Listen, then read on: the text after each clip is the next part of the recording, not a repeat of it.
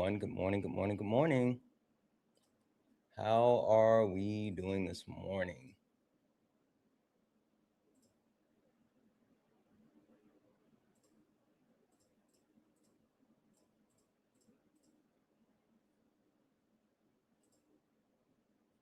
Mhm.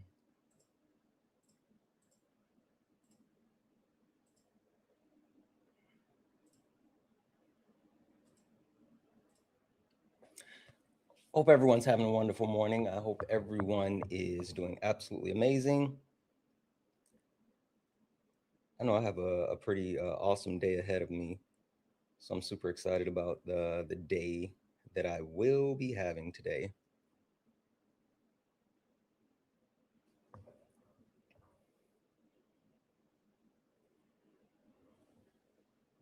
Mhm.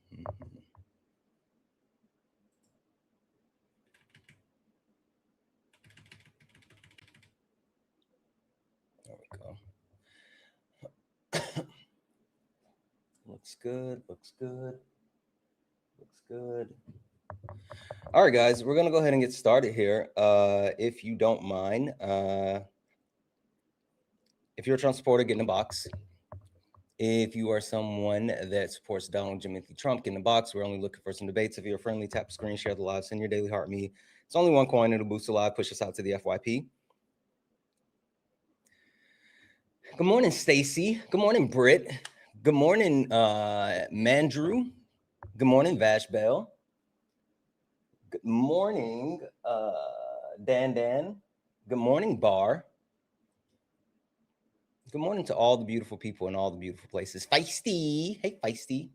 Good morning. Good morning. Good morning. Good morning, Salty.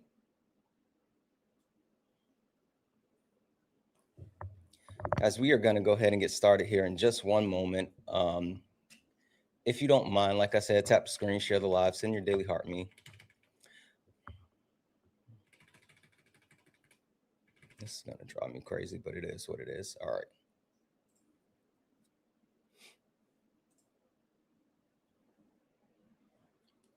Okay, I think we're all set. Guys, we are about to get into it. We're going to get started here with some debates. Again, send your daily heart me. It's only one coin. It'll boost the live, push us out to the FYP. I'm going to keep resetting the daily gift goal to these little 1 cent gift goals. If we can knock those out a couple of times, that'll help as well. And also, like, share the live, guys. Share the live once or twice. That helps a lot. But make sure we are reposting the live. That helps even more. Please and thank you.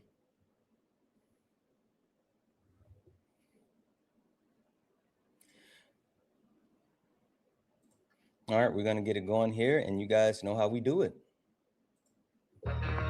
You stepped in the box, now you're in the ring. Ain't no hugs here, you better take your best swing. Mike Hot, who wanna step in the flame?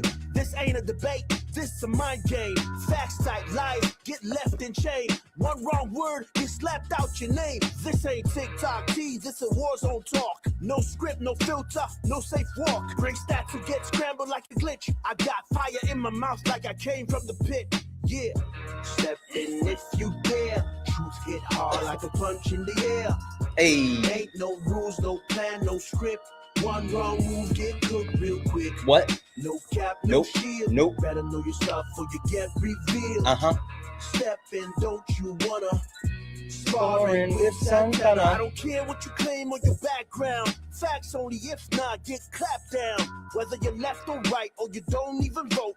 If your logic is weak, I'll sink your boat.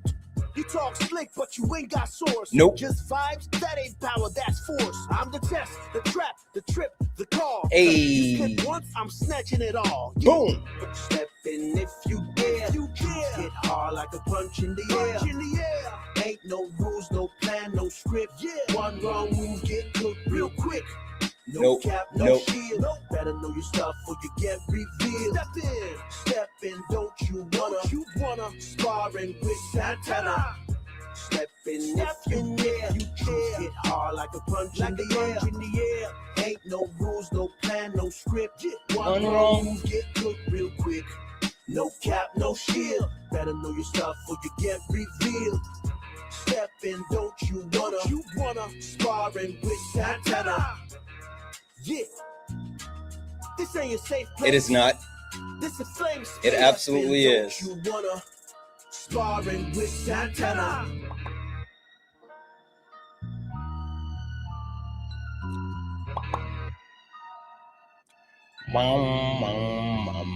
Guys, welcome in. Welcome in. This is Sparring with Santana. One-on-one debates with Trump supporters or anyone that disagrees with anything on the background. I am Santana, guys. We're only looking for some debates. Only request up if you are a Trump supporter or disagree with anything on the background. If you're a friendly, tap the screen, share the live, send your daily heart. Me, it's only one coin. It will boost the live and push us out to the FYP. Hi, are you a Trump supporter or disagree with something on the background? Hi, yes. You can call me O. And I do disagree with a couple of things on the background.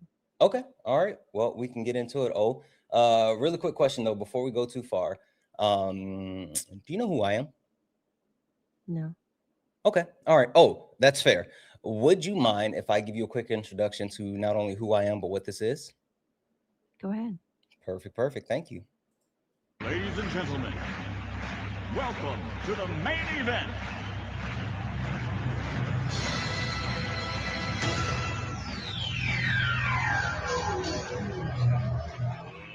Let's get ready to rumble!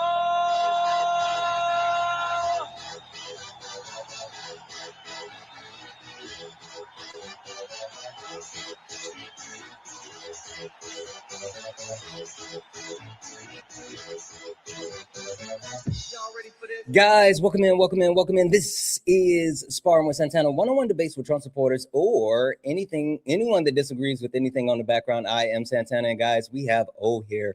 And O says that they have an issue with something on the background or, want to debate about it. O, floor is yours. Where do you want to start? What do you disagree with on the background the most where we can get this going? Awesome. I don't really think that we should defund the government or defund the military. Okay. All right. Yeah, I was just about to say, I didn't say defund the government, but yeah, defund the military. Okay, cool. Tell me why you say we shouldn't defund the military. Because we have borders and stuff. I think that national security wise, it would create a lot of issues. Okay. All right. Is that it? And money. Don't we dump a lot of our money into the military? Yeah, we do. That's the whole point. That's why we should defund it. Maybe I should explain it to you as far as what that means. Maybe that would help. How about that? All right. Yeah. Sure. That would be All awesome. right. So when I say defund the military, I'm not saying get rid of the military. I'm not saying eliminate the military as a whole. What I am saying is that we need to reimagine the ways that we spend money for the military. Specifically speaking, we need to take a look at cutting the military budget. Our current military budget is $1 trillion, just about. And Donald Trump is proposing to push the military budget to 1.5 trillion. And so the premise that I have is that if we actually take a look at the next 14 largest military budgets in the world, right? Because we're number one. But if you take the next 14 largest in the world, and you combine all of those budgets together, currently we still have a higher budget than all of them, right? And of those next 14 budgets, 11 of them are our allies, and one of them is neutral. So 12 of the 14, we have no issues with. So, and even if we took our current military budget, cut it in half, we would still have the largest military budget by $300 billion, right? With a B. The point that I'm getting to is that we can actually reimagine what we do with the military budget, cut that, reallocate those funds to programs that would help everyday Americans, like universal health care, like public access to higher education, things, food securities. And we could work on strengthening our allyship with our allies, and then also still have the largest military budget in the world. The point that I'm getting to is that there's no reason that we should have a military budget that continues to explode, thank you for the cake, while also being in a position where everyday Americans are not taken care of. Yeah, I feel like I could agree with that for the most part. I just think that, because we are the strongest government, especially right now with the You the mean the political strongest tension. military, right? Oh Not the yeah, strongest sorry, the government. strongest Got it. military. Yes, Okay. and because of the political tension, doing anything right now to disrupt that would cause some issues. Would you agree with that? Who who's creating the actual tension? Well, the I country. Oh, so you think what, Iran or Israel? Which one? Yes. Israel. You know they control everything. So No, I wouldn't say control everything, but yeah, I mean, Israel is absolutely causing tensions throughout the world. I mean, you can take a look at the amount of people they preemptively bombed within this entire time that Donald Trump has been in office. But like the United States of America, Donald Trump is supposed to be the quote unquote leader of the free world. He's the president of the United States, which has that largest military in the world. Um, with the United States backing Israel and these actual attacks that they're going through, that's on us, right? That's literally on us in our country. So if we want to ensure that like global tensions don't escalate, then we have to actually be the ones stepping up and like stopping it. So we need actual leaders that are going to work with our allies. And again, that's the point of me bringing up like of the next 14 largest military budgets, 11 of them are our allies. If we worked on building our allyship, we wouldn't have to worry about having massive military budgets. Did you hear what Emmanuel Macron from France just announced like a couple of days ago about what France is going to be doing now? mm-mm.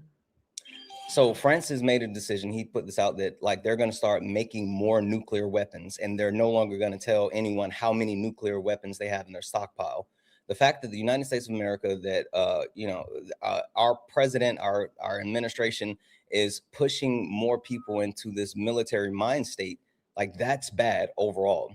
So if we address the constant and military industrial complex that we have within the U.S., then that'll actually bring down temperatures across the globe. I mean, people continue to actually escalate in their posturing and their building of the military because we do the same.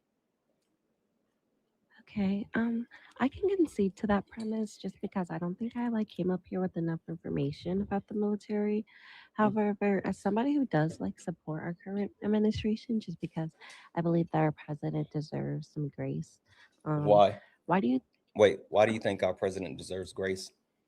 Well, he's only been in for what, 13 months, and we know with his age and stuff, the things that he likes to post on Truth Social and things of that nature, it's it's not really what he means. Are So you trolling right now? no, I think that for example, whenever he posts um about the Democrats, being unalived, do you remember that? Hmm. Yeah, I don't think that he meant it in a legitimate, in a physical way. I think it was like a figure of speech, like him Why is saying that okay? Even if he didn't actually mean it, why is it okay for him to say that? well, aren't we individuals? So we all make mistakes, and we're all here for the first time living. So Sure, but are you and I or anyone else listening to this debate right now?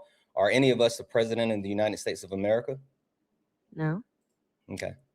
So the question I have is not on an individual level because I wouldn't hold you to that standard. I mean, if you wanted to make a joke, sure. I mean, like you can make all the jokey jokes you want to make. That's fine. If I want to make a joke, I make plenty of jokes. Fine. If any there's conservative pundits or anyone else they want to make jokes, why is it okay for the president of the United States of America to say those types of things? I'm not saying that it's okay. I think that people shouldn't be so hypocritical about it or pay so much attention to, those aspects of what he says. I think that the bigger issue, needs to. Hold right there for 1 second. So are you saying that people should not listen to what the president of the United States of America is saying? No, I'm not saying that. I'm just saying on social media, maybe maybe use some judgment. You know, So okay, I think this is where you're kind of missing it, right? And let me make sure that I'm very very clear when I say this. The reason why words matter, specifically for the president of the United States of America, is because the words of the president of the United States of America can literally move markets. Like it's not like someone who is just sitting here saying like, oh, this may happen or this could happen or whatever. Also, please say out of the comments, you're up here with me. But if the president of the United States of America can literally shape the reality that we live in just by the words that they say, so shouldn't there be some emphasis on the words that they actually say? Not all words that our president says, right, hold like some type of value. I can say that about any type of president. You remember Biden, whenever he was like, stuttering and stuff on stage, they call him Sleepy Biden, Sleepy Joe. And then I even think about Barack Obama. Uh, he didn't do a very good job in Libya. So Okay, so if you're talking about someone misspeaking, I can give you that. If Trump was misspeaking, I could absolutely give you that.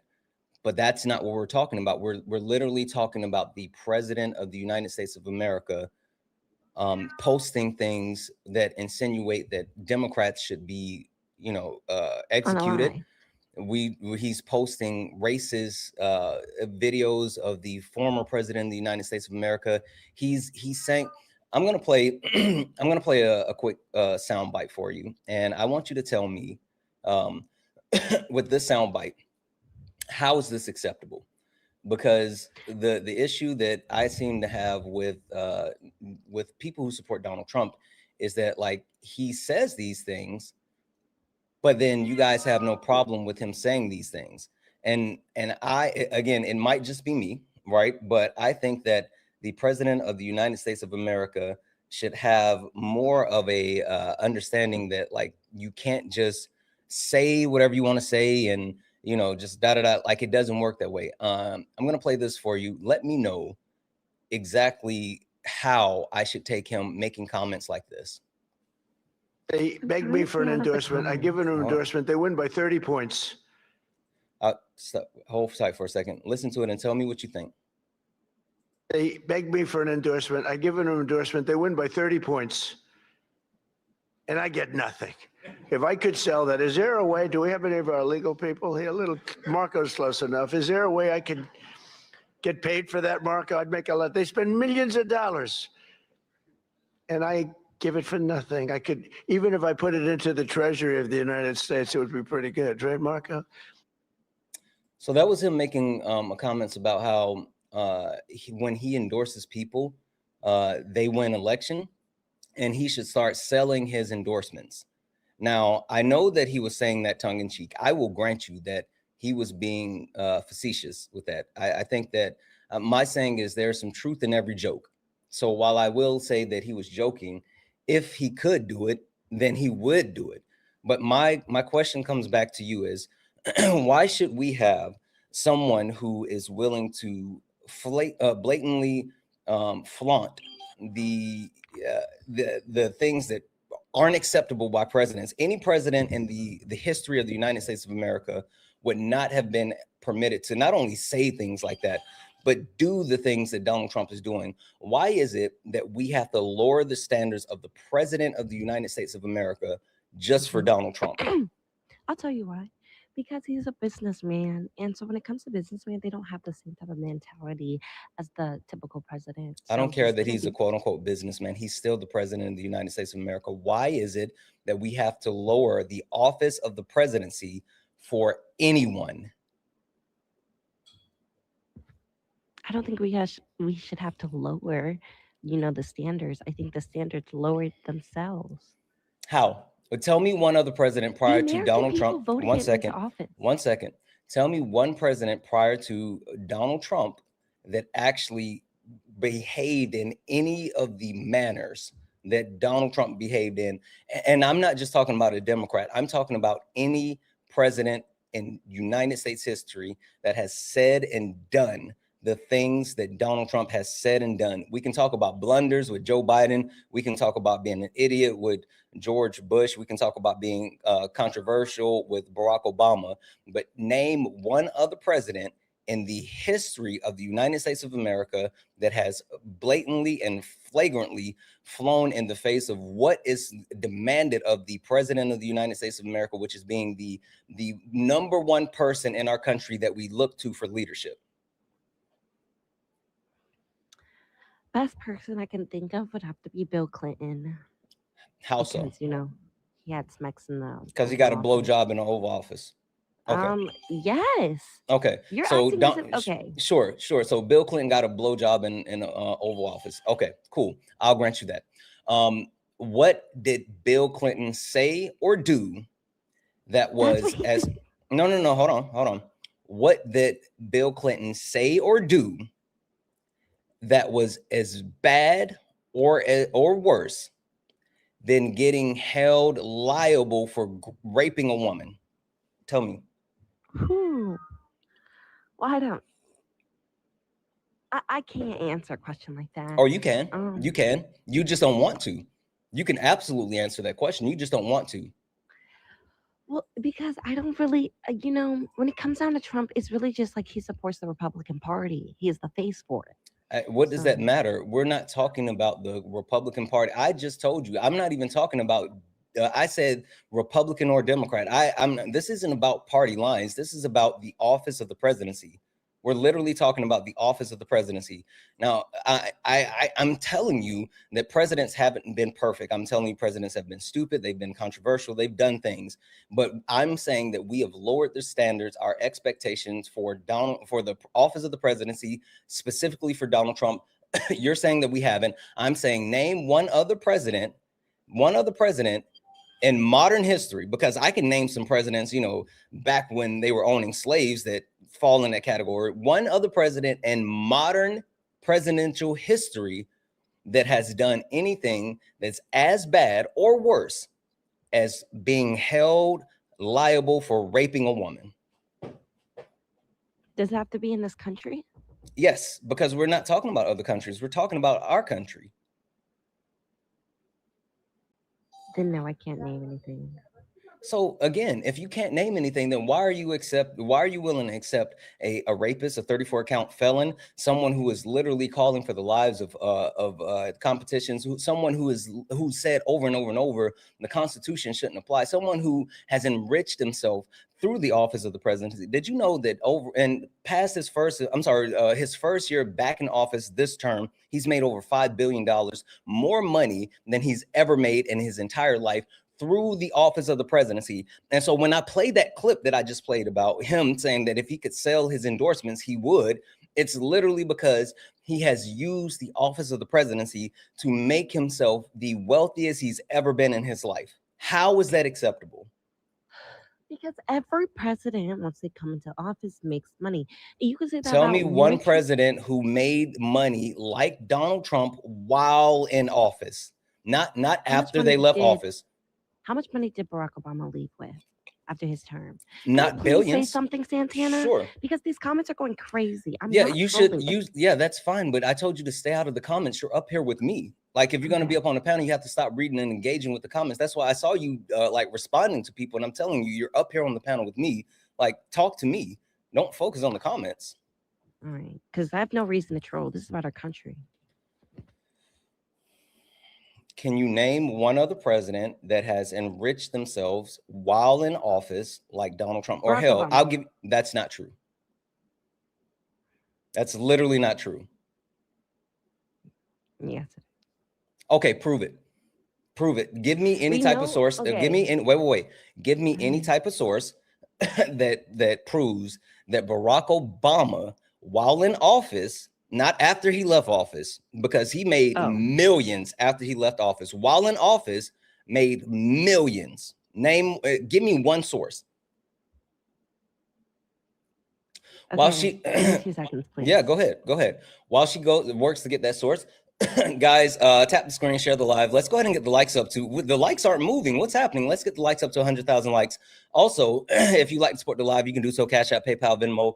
Pay links and links are in the bio. Santana speaks for you. If you're over on YouTube, you can send a super chat and I will read that out. If you're over on Twitch, I got a bunch of cool things set up where you can send bits and channel points and all this other stuff. You got sound effects and all this other great stuff. So check those out. Make sure that you guys are giving the stream a thumbs up, give it a like, and give me a follow.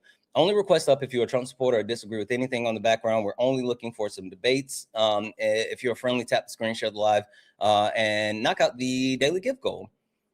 Let's see here. Excuse me. We're going to bring this person in while she goes to get that source.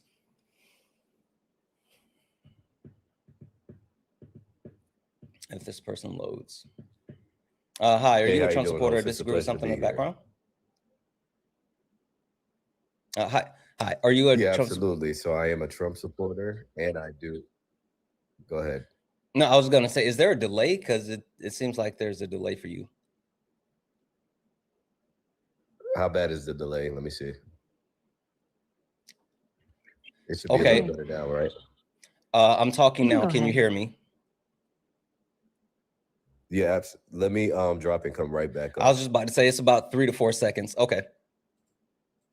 Is it all right? You found that source? I sure did. Okay. It's called The Voice of America. Mm-hmm. Oh, I don't have camera access. I do apologize. No, just tell me what you're looking at. Okay. And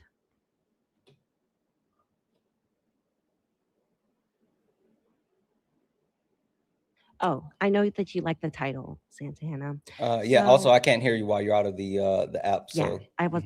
I got you. I wasn't speaking. The title is the top 10 richest presidents of all time. And then kind of dive into it. And I was right. Barack Obama's on that list. Lyndon B. Johnson's on that list. Yeah. Wait. That's not what I was asking for. I mean, I'm going to look at it, but that's not what we were asking for. And also, talking about post presidency, right? No, I was talking about while in office. Right now, Donald Trump. Listen, Donald Trump right now, it sits at number 1 on the list at 30. It says estimated 3.1 to 7.1 billion dollars. That's fine. I'm not talking about. I said for a fact, we're not talking about presidents that made money after they left office. I'm talking about presidents that made millions while in office, because Donald Trump has made billions while coming back into office this term. So give me a source that says Barack Obama made millions while being in office. I'm intellectually exhausted. I concede. You win. The point that I'm trying to get across is, like, you can't even name one other president.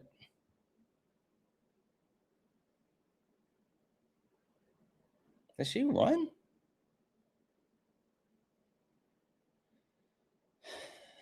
Okay. All right, I guess. Only request up if you're a Trump supporter or disagree with anything on the background. We're only looking for some debates. Only request up if you're a Trump supporter or disagree with anything on the background. We're only looking for some debates. If you're friendly, tap the screen, share the live, send your daily heart. Me, it's only 1 coin. If you like to support the live, you can do so. Cash App, PayPal, Venmo, pay links and link tree in the bio. Santana speaks for you. Also, guys, we're on the backup account, and we're trying to get the backup account to 50,000 followers. Make sure if you look up at the top and you see the word follow, you're not following me, hit that follow button. Follow me on hit the follow over on YouTube and Twitch. We're so close to 1,000 on Twitch and so close to 19,000 on YouTube. Hi, you said that you are a Trump supporter. Absolutely. I love Trump more than I love puppies. Okay. And I do disagree with a couple of things on the prompt as well. Okay. Which point on the background do you disagree with the most? Where do you like to start? I think I disagree most with probably remove men leaders. Okay. Why do you disagree with removing men leaders? I think that's incredibly dangerous. Removing men as leaders removes the premise of what a leader is to begin with. What's the premise of a leader? Well, the premise of a leader usually is to guide people towards success and the victory. It's usually someone who garners respect and garners the influence of the people that they lead. So men. How is that solely like attributes of men? It's not, but removing them completely is what's dangerous, because men are capable of leading. And not only are they capable of leading, but they're also capable of garnering respect. There's a lot of men that achieve things a lot of men would like to achieve as well.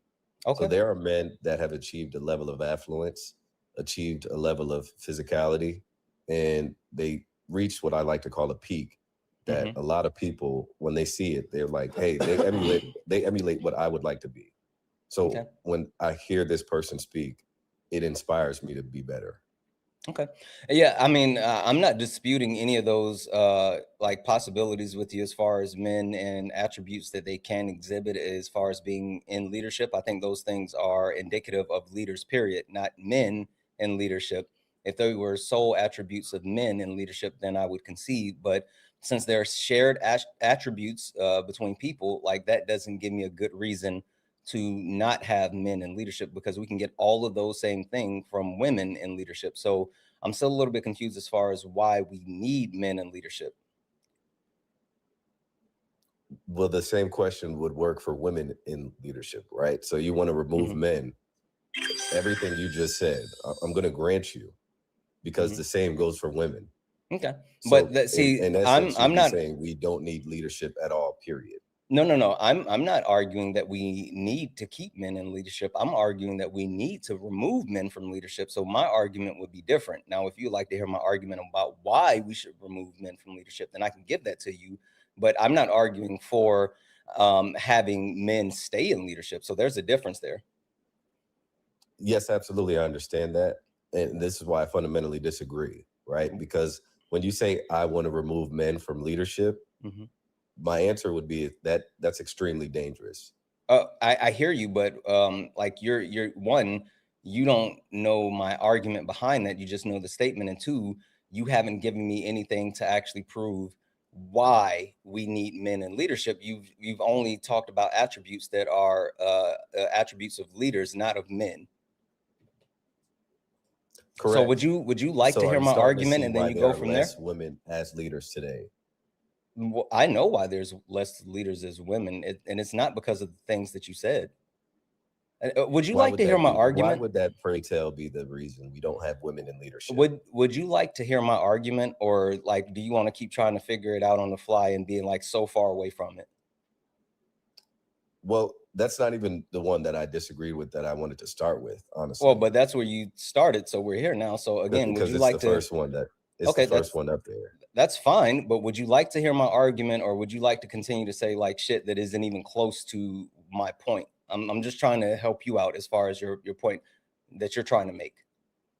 Yeah, absolutely not. I'd like to hear your point towards defunding the military. Okay, well, so you're wait. So you're conceding, and I'm right, that we should remove men in leadership. Absolutely not. Okay, so then we're not done with this point. So we don't move on from the point until you either concede or we get to a conclusion of it. So just moving off the point after you just said random shit, that's not what we do.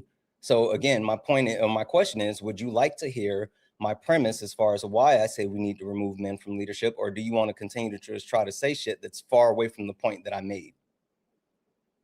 Go ahead, sir.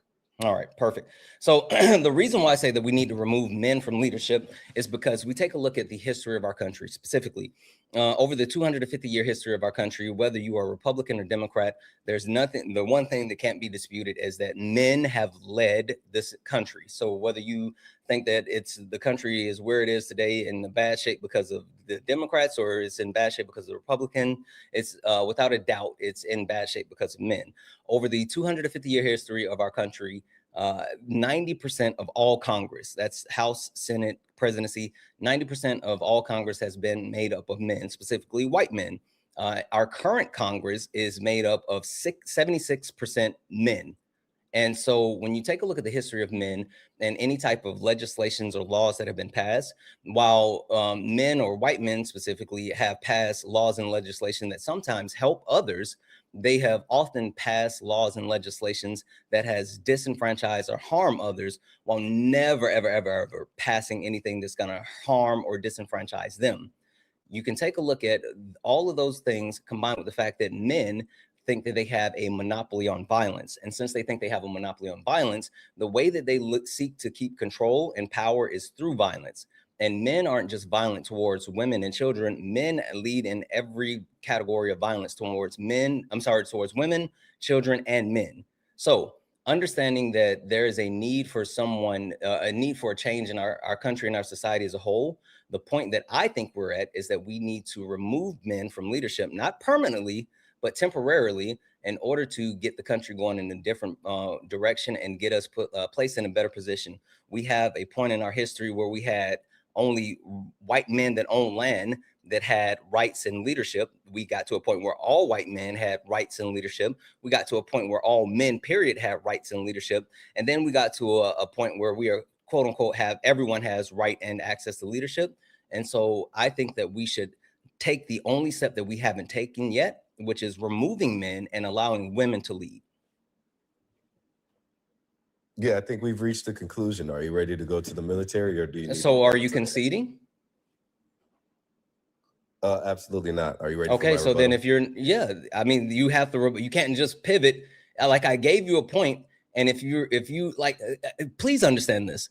The only way that we're going to move off of this is if one of us concedes or we come to an agreement, but you can't just say, oh, okay, you said words. Now I want to talk about something else.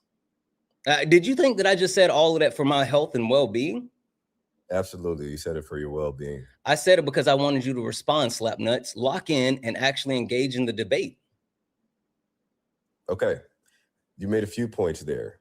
The point I'd like to address first is how you said specifically white men. And it sounds like that's really where you're stemming a lot of this from, is that white men have done these horrible things to disenfranchise people. White men are more prone to violence, and they're violent towards women and children, correct? Yes and no. Yes, white men have been the ones that have perpetuated the most amount of harm throughout the history of our country, and they have also been the ones that have had the most amount of power throughout the history of our country, but that does not absolve men as a whole. Men as a whole have access to the patriarchal system, and so men as a whole, we all perpetuate these things that I was talking about. So just because now it's even out and it's not just white men specifically doing these overwhelmingly harmful things, it's all men doing these overwhelmingly harmful things, more so than women. And that's the point. Correct. And why do you think they're in the position to be able to do that? Men? Yes. I've already told you. Did you not hear it in my... I literally said it before you was like, can we go on? I said, men feel like they have a monopoly on violence. And since they have a monopoly on violence, they use violence to exert power and control. They literally use violence to hold leadership, power, and control.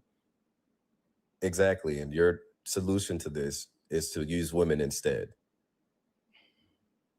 The solution is to remove men from leadership, removing their access and their monopoly on violence, and giving women who have a higher EQ, who have higher historical records of being successful while being marginalized, giving women the ability to actually guide the direction of our country, because we have 250 years of data that proves what our country is and what it looks like under the guidance of men, but we have 0 years of history and data proving what the guidance of our country would be under women. How many countries do we have data on of women being multiple leaders? countries? There's multiple countries that have women leaders. Hell, right now, Mexico has a woman as a leader, and she is absolutely killing it. So the point that, oh, we don't have that does not, the point that we don't have that actual information, the actual point that you're trying to make is that we don't have that information. You're false. You just don't know things. I haven't really made a point yet. Yeah, you tried to insinuate that there's no actual record or no reason. Okay, sure. What was the reason for you saying what was the reason for you saying how many countries have we have information on women being leaders? Go. Well, the most important thing that you brought up was, hey, we have all this data that shows that men being leaders has led to the results we have today. And men have a monopoly on violence, and they've used that violence against other people. That's really, I'm just trying to steel man what you were saying there. So my first follow-up question was, hey, how much data do we have on women, to see if there was any basis behind you saying it will be successful when we use women instead? And you went immediately to Mexico. And if you're going to say that Mexico is the shining example of what women leadership is like, then I caution you, because if you really think the state of Mexico right now is how you'd want the state of this country to be, I'd say, hey, it probably looks like we need violence to enforce law and order, because the opposite would be we live in a fantasy land where there are no bad people out there, and our leaders don't need to get violent, and they don't need to use force to establish law and order. The entailment to your argument is that everyone is going to abide by what a woman says because she said so, and she's not going to need to use any force. Okay. So that's completely incorrect. I never said that. That's not even the basis of my argument. When you talk about the reason why I brought up Mexico, I brought up Mexico because they're our neighbors to the south. They're like directly connected to our country. We share a border with them. So it was used as an example to talk about the closeness and proximity of a woman leader. Now, when you talk about the, did you see how I sat quietly while you like spoke? They're failing, sir. Did you see how I sat quietly while you spoke? Absolutely. I would appreciate it if you do the same. It's not going to happen. You're talking a lot. Okay. Then if it's not going to happen, then I will train you. Don't worry about it. Like, I'm good at this. I'm really good. I'm really good at training mediocre men. And I can tell, like, you're mediocre as hell. So you will be quiet while I speak if you don't know how to engage in impulse controls. I got you. So the point that I was making is the reason why I brought up Mexico is because they are our neighbors to the south. They're in proximity of us, and that's an example of a woman leader. When you talk about women in leadership, there is history and data throughout the entire globe, and not only within human, right, within human as far as leadership, but even if you take a look in nature, most of the animal kingdom, most of the quote unquote pack animals have a matriarchal system where women lead their entire existence. So your point of somehow saying that we don't have that data is absolutely false. We just don't have that data within the United States of America because of the patriarchal system. That's the point that's being made. I'm not saying that I want us to be like Mexico. I'm saying that Mexico has literally done it. Now you may speak. Yeah, what you want us to do is be worse than Mexico, because your goal is to remove men from leadership and replace them with women. And that's not only going to lead to the worst results we've ever seen in this country, but it might very well lead to the worst results that anyone in the world has ever seen. What do you have to actually make that insinuation? Because you keep using the word patriarchy, patriarchy, patriarchy. And unfortunately for you, that means that you're subscribing to force doctrine, because there's no such thing as a matriarchy. What actual data do you have that proves that instituting women into leadership would make our country worse? What actual data do you have? They've never done it. That's the only data I need. I've literally told you there's been women leaders throughout the entire world. There's been women leadership throughout the entire world, and there's years and okay, prove it. Tell me where. There's no matriarchies today. Tell me where women leadership has failed throughout the history of the world. Give me, stop just saying there's no history and actually name it. That's why there isn't any history. Hey, Bub, if you can't actually prove a point, then you can't make a point. I don't think you know what you're doing up here. Like, I think that you believe. I think that you believe. Exactly. Perfect. Thank you. Thank you for conceding. Now, what you gonna do? Shh, Bub. You've already conceded. You lost that point. Now sit quietly in the corner. Yes. Now sit quietly in the corner while I actually thank a couple of people. Shushies. W's in the chat for Smoothie. Smoothie sent a $4.99 super chat to say, I'm so tired of people holding zero standards for Trump. Literally no one else gets this treatment. Love you, Santana. Thank you for all that you're doing. Absolutely, Smoothie. Thank you so much for the $4.99 super chat. W's in the chat for MAGA Cries, who sent a $2 donation saying, Trump is the leader of morons and fanboys. He absolutely is. Absolutely 100% is. W's in the chat for the donos. Guys, if you'd like to support the live, you can do so. Cash App, PayPal, Venmo, pay links and link tree in the bio. Santana speaks for you. If you're over on YouTube, you can send a super chat and I will read that out. Keep tapping the screen, share the live. Make sure you hit that follow button, guys. We're on the backup account and we're trying to get the backup account to 50,000 followers. So if you look up here and you see the word follow, hit that follow button because you're not following the backup account, but follow the main account as well. We're trying to get the main account to 100,000 followers. Only request up if you are a Trump supporter or disagree with anything on the background. We're only looking for some debates. All right. You want to move on to the point of you disagree with defunding the military. Would you like for me to lay out my reasoning first, or would you just like to guess on shit again? I've already heard your interchange with the woman before me. Okay, perfect. And you failed on that point as well. Okay, that's what you said. Would you like to actually dispute anything, or do you want to just say I'd random love to shit? dispute the fact that you believe reallocating funds from the military would be able to solve any of the problems we have in this country. Okay. Again, would you like to actually dispute it, or would you like to just say shit? Okay, it sounded like I just did, so let me get a little more specific. You didn't just saying that won't work. That's not disputing the point. You don't know what you're doing up here. That's like, what lay out your disputing argument. Lay out your argument, you idiot. Holy smokes. Lay out your argument. Yeah, let me help you out, okay? No, help yourself out. I dispute the claim that reallocating military funds will solve any of the problems that we have in this country. Now, the specific problem that I'd like to bring up first is that reallocating funds will take care of the common man. It won't.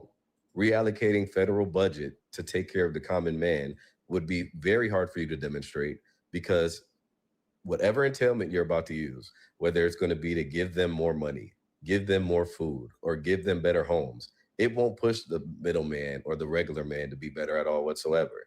And that's your problem with trying to remove men from leadership anyway. Oh, whoa. You're just hold on, Bubba. Any of the claims you're making. Wait.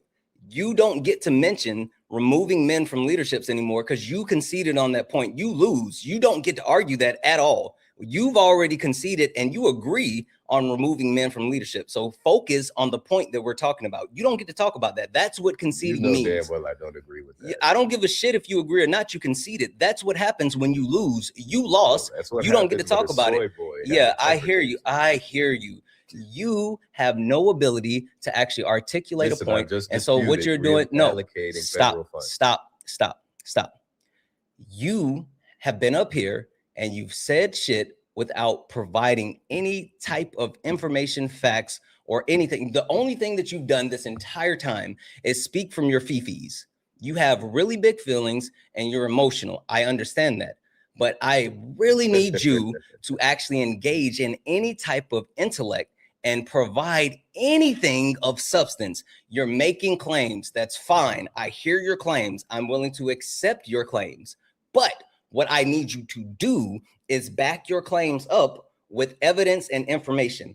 Example, when I talked about why I have the premise of us needing to remove men from leadership, I cited the fact that throughout the history, 250 years, 90% white men, the current split, 76%, that's actual information and data that you can look at. So again, if you actually want to engage in a point, listen. You've already lost that point. I'm not debating that point with you anymore. You conceded. You said that. You lost that. I don't give a shit what you think anymore. I'm just trying to tell you. I'm muting you because you have emotional, you have impulse control. I got it. Don't worry about muting. I got it. We're good. I'm muting you because you have, I'm muting you because you have impulse control issues. You're a man child. You're literally a baby that doesn't have any type of facts or information. Now, I would actually like to engage in a debate, but in order for us to engage in a debate, you have to actually bring information and you actually have to have impulse control. Listen, you're an adult. Question for you. How old are you? For like 10 minutes. How old are you? 27. Okay, you're 27. Perfect. So act like an adult. Act like an adult. I'm still talking. Act like an adult and engage. I sit here quietly while you speak. I'm not going to mute you anymore. I expect you to do the same. Stop. I expect you to do the same. Let's have an actual debate. And when you speak to a point, I want you to be able to provide facts, like things that we can actually verify when you provide those facts. I'm going to give you the floor. Go. Absolutely. So when you look up this fact, and I challenge everyone to look up, and he has contention with white men specifically. I can hear it in the vitriol in his voice. So black male median income. Hey, I don't want to talk about men in leadership. You're talking about the point of defunding the military. You've already conceded on the other point. You don't get to go back. Make sure you're talking about the topic that we're currently on. The floor is yours. Go. Exactly. the black male median income. Look that fact up because it's a little over $50,000.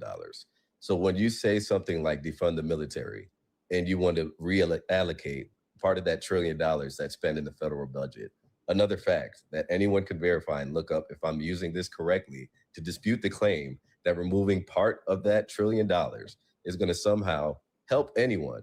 And the black median household income is around $80,000, which is actually really good.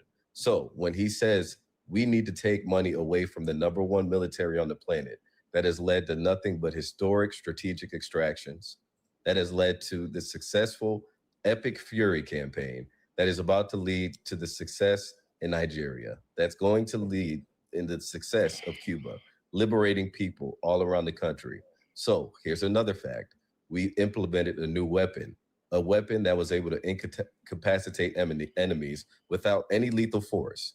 It was a sonic weapon that emitted a frequency that was able to incapacitate all of the enemies on the ground on Maduro's compound that none of the defensive capabilities of China and Russia were able to deal with. Not only were we able to do that, we only were able to do that because we were able to afford it. We're not privy to all of the military's weapons and defense capabilities because it's classified information. But what they need is money to implement the enrichment programs that leads to the innovation that we have. Another fact that I would like to bring to the table is a lot of the military operations that we've carried out, we were able to carry out without them even noticing that we were there. So when we use a U.S. carrier, when we use a hypersonic boom boom, when we use every single ballistic that we have in our repertoire, it's indefensible. This is exactly why we were able to destroy multiple targets at once. If I'm not mistaken, and anyone can fact check me, we were able to destroy more than 2 bases simultaneously. And not only were we able to do that, we were able to provide Israel with the training and the wherewithal and defensive capabilities to do the same thing that we did. So these are all verifiable facts that you can look up and debunk me if I'm lying. But unfortunately for you, everything I just said is a fact, and it substantiates why the military needs all that money. Also, the dot that you okay, let's stop you right there before you move on to another point that you're trying to connect. All right, so you said a lot there, and you spoke about how the military has had successful military strikes. You talked about how they've supported Israel with military efforts. You've talked about the advancement in military equipment. Nothing that you said speaks to the fact that with the ballooning military budget that we currently have, with reallocating those the parts of the military budget, that we can't have those exact same things while also supporting the American people. You tried to some reason or try to conflate like the bringing up the median income of black men and connect that to like how it wouldn't help people. You haven't addressed the point as far as the benefits that would occur as far as reallocating those funds. And then also the fact that while we not only have the largest military budget in the world, we could still cut our current military budget in half. That's not what I'm proposing, but we could, and still have the largest military budget in the world by $300 billion, meaning we would have more than enough money to do all the things that we're currently doing. Another verifiable fact. Everything you just mentioned is classified. And I brought up the median income because it's extremely important. Wait, what did I mention that was classified? You have no idea how much money we're pouring into the innovation. You have no idea how many weapons. Wait. The budget is public knowledge. I didn't say specifically how much we're pouring into R&D, right? I didn't say this line item is for here. I said this is the actual military budget, and this is what we're dealing with. So what you just said makes no fucking sense. Well, let me try to dumb it down to an elementary level. How about you just try to say something that actually makes sense? Absolutely. This is probably going to be a little more clear. You're under the impression that we need to decrease the amount of money we're spending, but you have no idea how much money we actually are using towards this weapon development. And you're under the impression that the military can maintain its level of success if we take money away from it. That's the hard part you're having demonstrating, right? Not only that, but it was incredibly important for me to bring up the median income because realistically speaking, taking billions of dollars away from the military and do what with it? You haven't mentioned anything that you're going to do with it because throwing money at problems isn't what solves it. I did. You said, wait, no. I literally did. And you sat there and pretended. That's the only as reason wait. No. Hold on for a second. I'm cutting you off because I said exactly how. No. I said exactly how what that reallocation of funds could go to. I named 3 things specifically. I said universal health care. I said guaranteeing a public option for higher education. And I said everything you're mentioning is unrealistic. Yeah, I'm gonna finish my sentence. Universal health care. I'm gonna finish my sentence. Universal health care. You didn't let me. Higher education, as far as higher education, free public option, and then providing food securities. All 3 of those things are things that the funds could not only be reallocated to, but have a proven record throughout the entire globe. There's other countries that do those exact same things. And none of those countries' populations reflect ours. None of those countries live in a free enterprise capitalistic society. And none of those countries has as much dense population as our states. A lot of the countries you're about to mention are the same size as about 3 to 5 US states, tops, maybe. Not only that, but it's incredibly important to mention the fact that there's a reason why millions of people break the law to be here illegally. And it's for the very fact that I just brought to the table. Our GDP is number 1. So when you bring up something like universal health care, it's completely unrealistic, and taking billions of dollars from the military isn't what's going to bring that to the table, because it would probably cost more than just billions of dollars. When you're talking about providing universal health care for an entire country like the United States of America, you're talking about something that will never be achieved, not only for the fact that everyone that's in the healthcare industry right now is only in it right now because it's monetarily beneficial to them. Because if they were going to go to work and not get paid at all whatsoever, would have volunteered all of these services that they were doing, and they're not. So when you say that, hey, we're not going to go ahead. Sure. Like you have no fucking idea what you're talking about, and I'm gonna address that point in just a second. But before I do, I want to actually demonstrate what universal healthcare would look like. That's fine. Well, yes, you want to demonstrate what universal healthcare would look like. I absolutely do, and I absolutely will. I know, but you have to be quiet. Have impulse control. Before I do, very quiet. Shh, it's okay, Bubba. Before I do. Before I get to that, I want to actually bring up something that you sat there and mentioned, like, oh, we have no idea, right? We have no idea how much money is being spent on research and development. So let's make sure, boom, and make this a little bit bigger here. All right, can you see the screen? Very clearly, yes. Okay. So the National Centers for Science and Engineering Statistics works with the United States government as far as the military budget and how research and development is appropriated. This actual article talks about multiple factors or multiple places where the actual military budget goes. But I want to highlight this part and bring it to you right here, right? So in the fiscal year of 2022, the total budget authority for the DoD's RDT and E was $118.7 billion, with the total RDT and E obligations were $115.9 billion.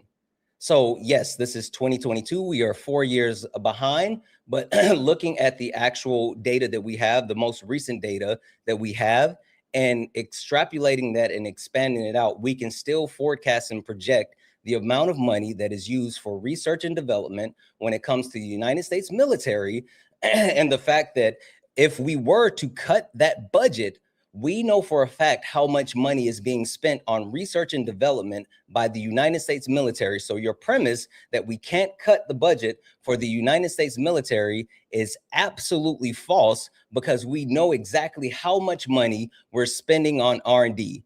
So the point that I'm getting to is while we can absolutely cut those costs and reallocate those costs to things like universal health care, to a public option for higher education, and even securing food for American citizens. The reason we can do that and know that we can do that is because with reallocating those funds, if we take a look at what it would take in order to have a sustainable universal health care option, it would take anywhere from a 3 to 5% increase in the federal taxes that we currently pay.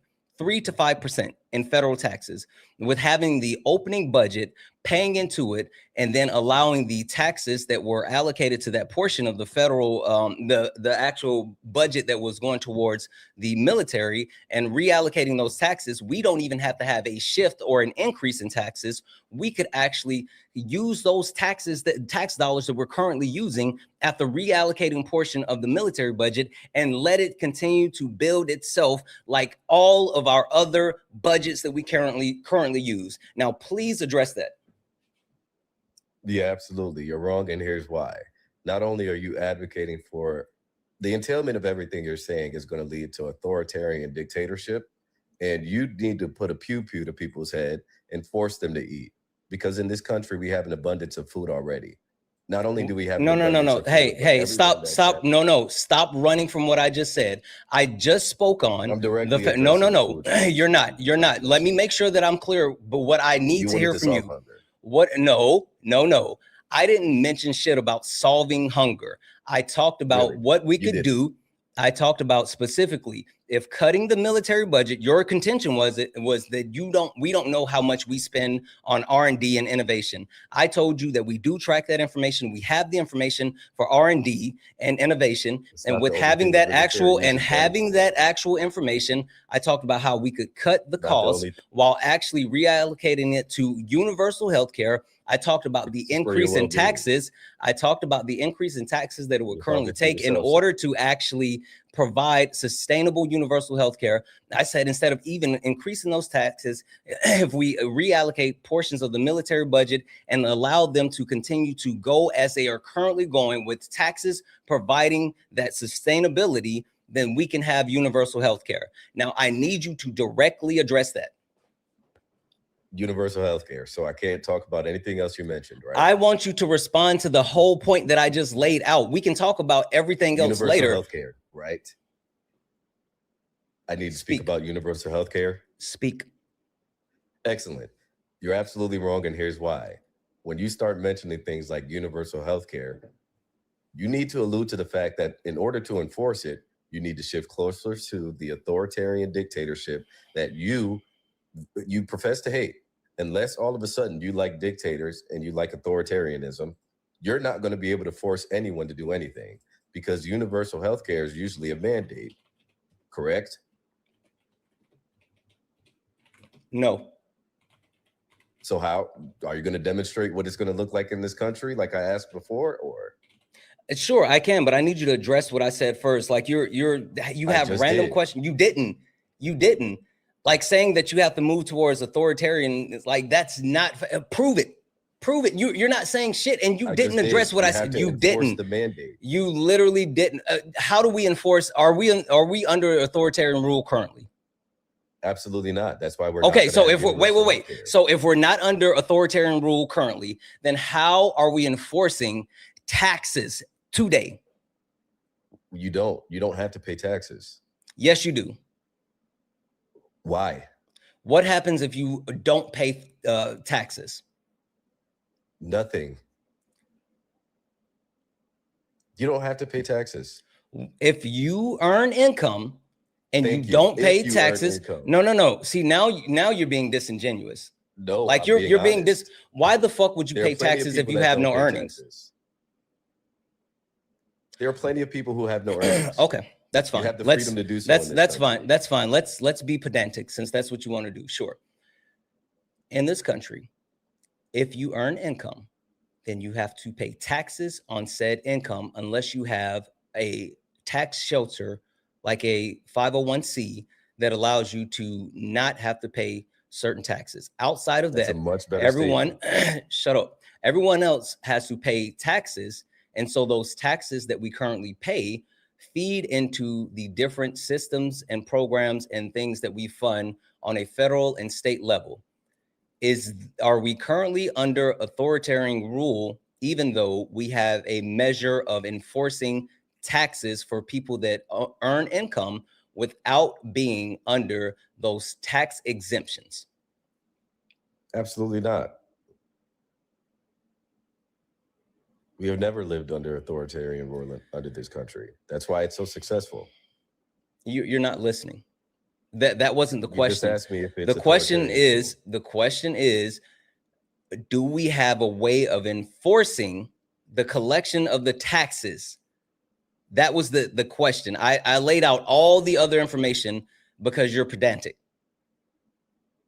Yes, we have a way of enforcing taxes. Okay, perfect. But you don't have to pay taxes. Perfect. So if we have a way, perfect. Clear. So if we have a way of enforcing the actual collection of taxes and paying taxes, then what issue would there be with using tax dollars for universal health care if we're already using tax dollars for other programs within our government?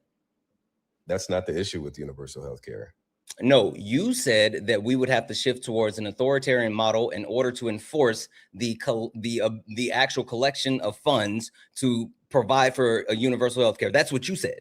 And so I'm saying, that's true. Okay, again, if the actual funding for universal health care goes through taxes, what makes these taxes for universal health care special than the taxes that we pay for everything else? That's not what's at contention here. It's literally what you're saying, because that's again, why you're interrupting me. I haven't said a whole lot. If it's taxes, then what makes the taxes that we collect for universal health care different than any other taxes that we would collect? Absolutely nothing, sir. Okay, so then you're wrong. It's interesting that you're really set then you're wrong on the tax portion. Then you're wrong.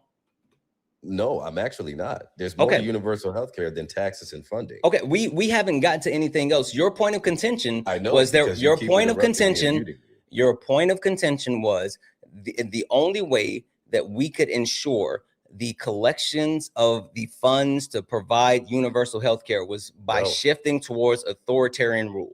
That's what you said. That's what you said. You said that. It's not. You literally said that. I said it's unrealistic to enforce universal health care in this country. And if you want to, you'd be shifting towards authoritarian dictatorship. I said nothing about funding, because funding's not my win con. Our population doesn't reflect every other population that enforces universal health care around the world, sir. Why would I use funding as my win con? And you know what's funny? If I did, I'd backtrack that statement. I don't need that to win. Okay, that's perfect. That's why. So this is what we're going to do, because that's fine. That's fine. You take a minute and you collect yourself. Hold on. Yes, I am. You take a minute, you collect yourself, and you collect your thought, because I want an actual coherent thought this time. I'm going to thank a couple of people, and then I'm going to let you tell me, this is what I want you to talk about when I give you the floor again. This is what I need to hear from you.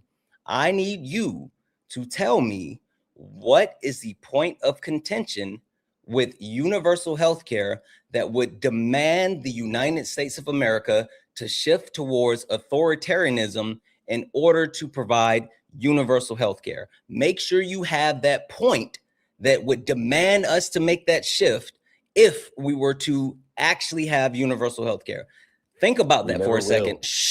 I don't care. I don't care about that. I want you to be able to speak to your point. That's your win, because that's what you said. You said that. Now I want you to stop coming off mute. Like I said, take a minute to think about it. I'm going to thank a couple of, I literally said, I'm going to thank a couple of people. That's fine. Sit on mute and sit quietly. I'm going to thank a couple of people, and then you can speak. So I don't care. I just want you. If you come off mute again, you're conceding. You're conceding this point. I'm muting you, and I'm telling you right here. Listen, I'm muting you, and I'm telling you that if you come off of mute, you're admitting that you concede the point. If you come off mute, you're conceding the point, and that means you lose. So I'm telling you right now, I'm putting you on mute. If you come off mute again, you're conceding. Okay. Listen, you're not muted right now. You're not muted. I'm telling you, I'm going to put you on mute, If you come off mute before I finish thanking people, then you can see I'm going to kick you because you're quitting. Can I please talk? This is literally I've already told you when you can speak. I've already told you when you can speak. This is why I think it's for your well-being. Again, I'm telling you right now, I'm about to put you on mute. And once I put you on mute, if you come off of mute and interrupt me again, you're conceding and you're admitting that you don't have an actual debate. You're conceding, you lose, and you will be kicked. I'm placing you on mute now. I have plenty to debate with. Okay. I just don't think you'll let me. So that's fine. Please let me speak. Please. You conceded. You literally conceded. I told you if you came off mute again, you were conceding. You lost. You conceded on the first point and you conceded on the second point. You literally lost. You ran because you had nothing. You made a conscious decision to run. While sitting there saying, please let me speak, after I told you, take a minute, I'm going to thank some people, and then I'm going to give you the floor. You lost. You literally lost because you didn't have anything. Yes, I absolutely kicked him because he conceded. That's a concession.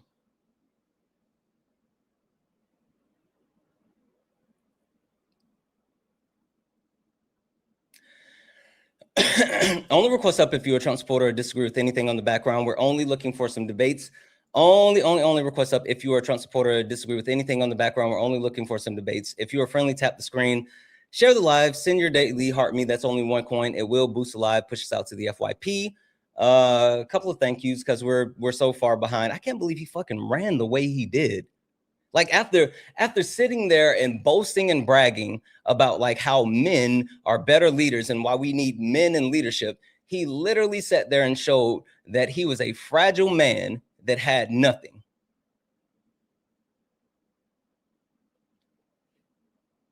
User 9 whatever, you said you dropped him, don't lie. I literally said that I dropped him. I said that if he came off mute again, he's conceding and I would kick him.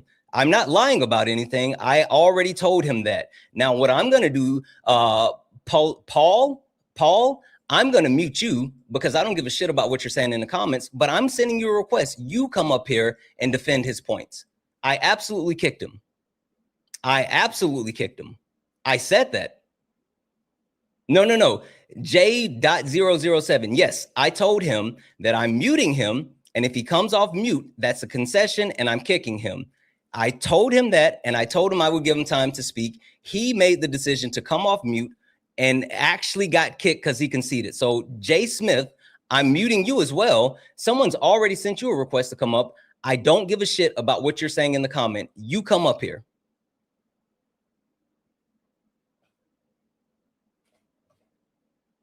Neither one of you cowards will actually get up here. Neither one of you cowards will actually defend your points. That's exactly what I thought. You guys have nothing. You're all scared. The only thing that you can do is cry in the comments. That's why he did what he did. He crashed out because he had nothing. You hide in the comments because you have nothing. He conceded. He literally conceded the first point with his own mouth.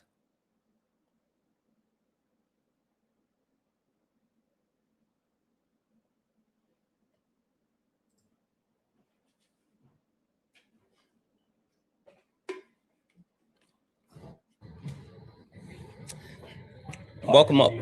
So did you come up to actually, white knight, or did you come up to actually debate? Which one did you want to do? Well, a bit of both, to be fair. I think, my question is to you is, do you accept being wrong? I absolutely accept being wrong. Okay. So with all of that, he had some very valid points, but I think can you tell me what point he had that was valid? Well, you didn't even allow him to speak primarily, and it was very much psychology you were using to kick him off. Can you give me the point? Can you give me the point that I gave him that he did not have the opportunity to respond to? Well, there's a valid point on the terms of removing men and being leaders. Okay, no. That's not what I said. I don't care about that because he conceded on that. He literally said that I concede. Those were his words. I'm not talking about that. Give me one point that I laid out that I did not give him an opportunity to reply to. Well, all of them. Okay, tell me specifically. Tell me specifically. Well, there wasn't one specifically. There was multiple, but okay. If there's multiple points that I didn't give him an opportunity to address, you can name one that I did not give him an opportunity to address. Or you can just run like a fucking coward because you know you're wrong. God damn, I'm cooking these fools today. I am fucking cooking them today. Holy shit, I'm on fire. I am on fucking fire today. You asshats are gonna learn. You are absolutely gonna learn today. Not you coming up here crying and then you get up here and you can't even cry right. You can't even cry right. Fuck out of here. What? What?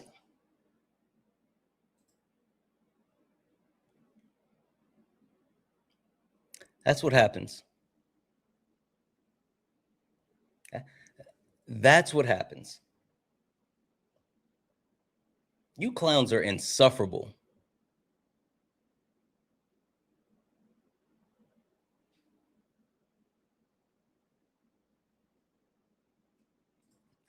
Only request up if you're a Trump supporter or disagree with anything on the background. We're only looking for some debates. It looks like we have someone over on YouTube. Perfect. We're going to bring John in from YouTube. Let's get John up here.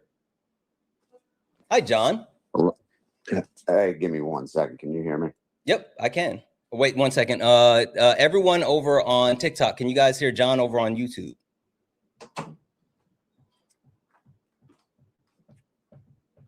Okay, perfect. They can hear you. And just to double check, for the people on Twitch and for the people on YouTube, you all can hear John as well, right?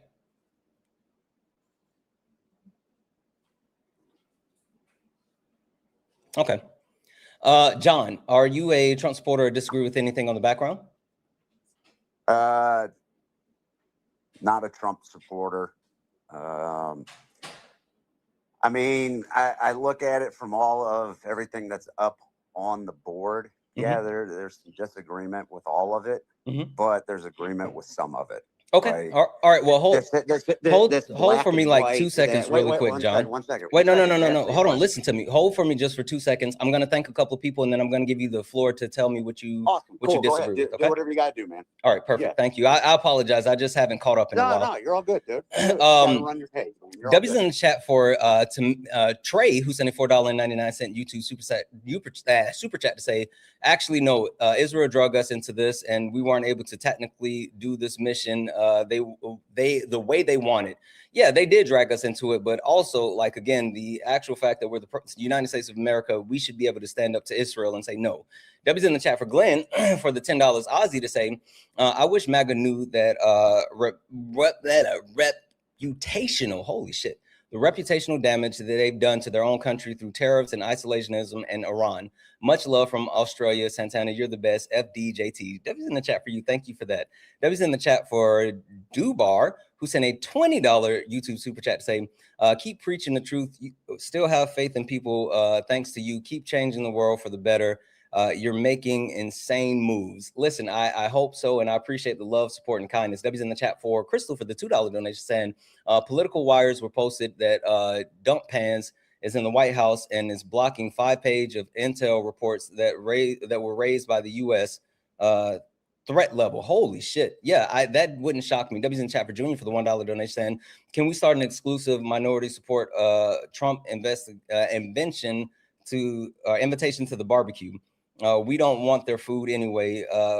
Yeah, no, they don't use seasoning. No, yeah, we can actually get them up out of here. W's in chat for Anthony for the $2 donation saying, I listen to the lack of impulse control, and I wonder how they made it to adulthood without seeing a shiny car and running into the street in front of it. I do too. Like, what are we doing?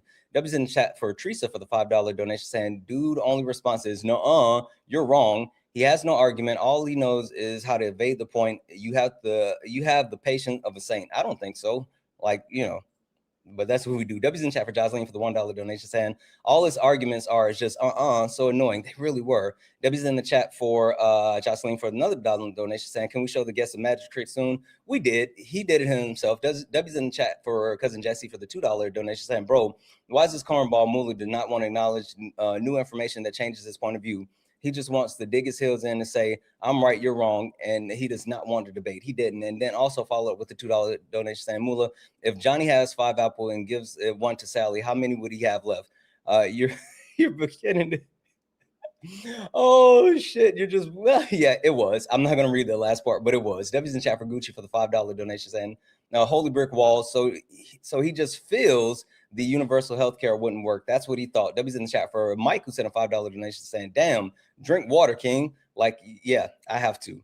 W's in the chat for Jasmine for the $5 donation saying, please continue to fight for us. Love you. I love you more, and I absolutely will. W's in the chat for Roxy for the $1 donation saying, I muted him in the comments since he kept interacting with the chat. I don't understand why people do that. W's in the chat for Teresa, who sent a $10 donation saying, you ate up on the DoD budget, roughly $300 billion in weapons for 2026. If you're interested in those lines, they are R&DT and E and EW, electrical warfare, nuclear weapons, missiles, munitions, Navy ships, aircrafts, and other open-ended special operations. Exactly. I knew that we tracked that. W's in the chat for Jonathan for the $4.44 donation saying, keep doing what you're doing. Thank you so much. W's in the chat for Sarah for the $5 donation saying, this guest said this guest is so effing annoying. And W's in the chat for Joel for the $5 donation saying, Chef Santana cooking in the kitchen this morning. You know how we do. W's in the chat for all the donos, guys. If anyone else likes to support the live, you can do so. Cash App, PayPal, Venmo, pay links, and link in the bio. Santana speaks for you. If you're over on YouTube, you can send a super chat, and I will read that out. All right, John. Sorry. Thank you so much for being patient. I had to catch up because I hadn't done that in a while. The floor is all yours. What point do you disagree with the most on the background where you'd like to start?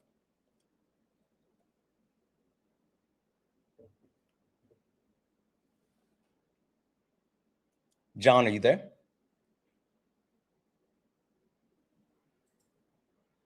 I think John might have walked away for a second. John, paging John.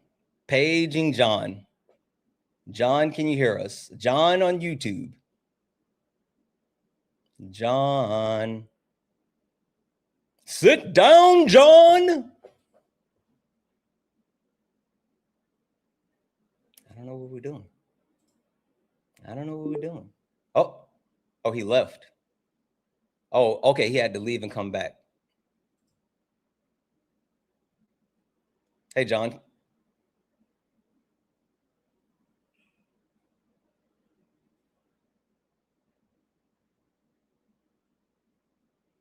John, I don't know what's going on. Your mic isn't lighting up. It's like you're not speaking into your mic and you're not muted. There may be something going on with your connection, but like you're not speaking. Let's give John a moment, guys. I think that he's just having an issue with his mic, and I believe that he'll be back. So let's give John a moment. As we do that, though, keep tapping the screen, share the live, send your Daily Heart Me over on YouTube. I'm sorry, over on TikTok if you have not done so. It's only one coin. Knock out the daily gift goal. It's the Hi Bears. And also, if you like to support the live, you can do so. Cash App, PayPal, Venmo. Pay links and the link in the bio. Santana Speaks for You is the best way to support the live. John, you're back. Hey, can you hear me now? Yes. There we go. Sorry about that. Yeah, sorry about that. When you were doing your thing for your page, I was looking at something that came in, so it must have booted me off or whatever. No worries. John, which point do you disagree with the most on the background? Man, I agree. I disagree, and I agree with a little bit of this. Here's the biggest problem I'm seeing in our world is we all want to run to argue about what we disagree about instead of finding common ground and starting the conversation with common ground so that a relationship, and it doesn't have to be friendship, doesn't have to be anything, but there needs to be at least some common ground that we're all humans and we're all stuck on this planet. And the only way it's going to get better is if we work together. And humans are always going to disagree over things. And the system that is in place, the Democrat, Republican, the MAGA, the whatever, it's a control base. And they've done one hell of a job of separating us, the people. And this whole thing that, you know, do I agree with what's going on and everything? You don't know something? There's people dying right now. And the energy of the planet is completely off. And so I guess that's where I disagree with everything, because the conversation's being started on both sides, their heels in the ground and arguing, instead of being like, okay, cool, we don't agree on this stuff, but what do we agree on? Got and it. if people would start there, we would be able to build that common ground and grow more, and then be able to talk about change. But we've got to find common ground. Okay. All right. So John, as far as like finding quote unquote common ground, I'm not disagreeing. I think that's important, but I think the reason why it's important to have these back and forth, these debates, these exchanges, you're good, baby, of course, is because if we agree on these points, then the points that we agree on should be something that is easily moved through within our society. The issue is the points that we don't agree on. And so having a healthy exchange of ideas and challenging each other's thoughts are vital in order to like create a structure in a society that's well functioning. That's why when I say like only request up if you're a Trump supporter, which normally Trump supporters fall on the opposite end of the spectrums of the things that I'm talking about, or if you disagree with something on the background. So I don't limit this specifically to just people that are quote unquote opposition of me. You're breaking up right now. I think that may be your signal. Am I breaking up for anyone else? I can't even hear you. You're going in and out right now. Am I breaking up for anyone else? YouTube, I'm sorry, YouTube, TikTok, Instagram, Twitch. Glitching. Hold on. So saying no. YouTube is saying no. Twitch is saying no. I think that's just you. Like across the board, all the other platforms are saying that I'm good. Yeah, you're still glitching. Like I can see you on video, but you're glitching and then you're coming in and out on the vocals. Hey, I think that that's what I'm gonna do. Might be I'm gonna back out, rejoin, okay? I think that was John. Only request up if you're a Trump supporter or disagree with anything on the background. We're only looking for some debates. Only request up if you're a Trump supporter or disagree with anything on the background. We're only looking for some debates. If you're friendly, tap the screen, share the live. Send your daily heart me. If you would like to support the live, you can do so. Cash App, PayPal, Venmo, pay links and link tree in the bio. Santana speaks for you. If you're over on YouTube, you can send a super chat. I will read that out. W's in the chat for Gene for the $1 donation, saying there's no coming together or finding common ground with bigot racists. If they want to say that they aren't those things, they're deal breakers for them. They voted for harm. Couldn't agree more. Could not agree more. All right, so we're going to get John back in here in just a second, but I want to do something really quick just to make sure I'm not tripping, right?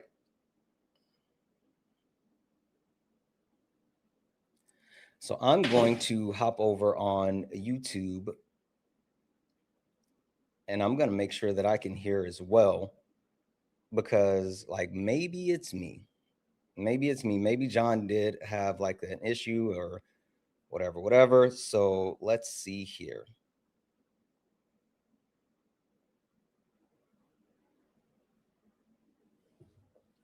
All right.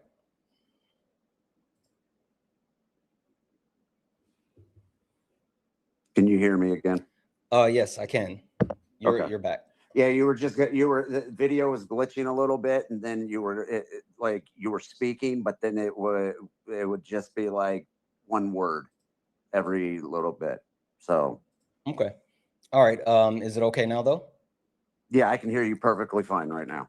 Okay.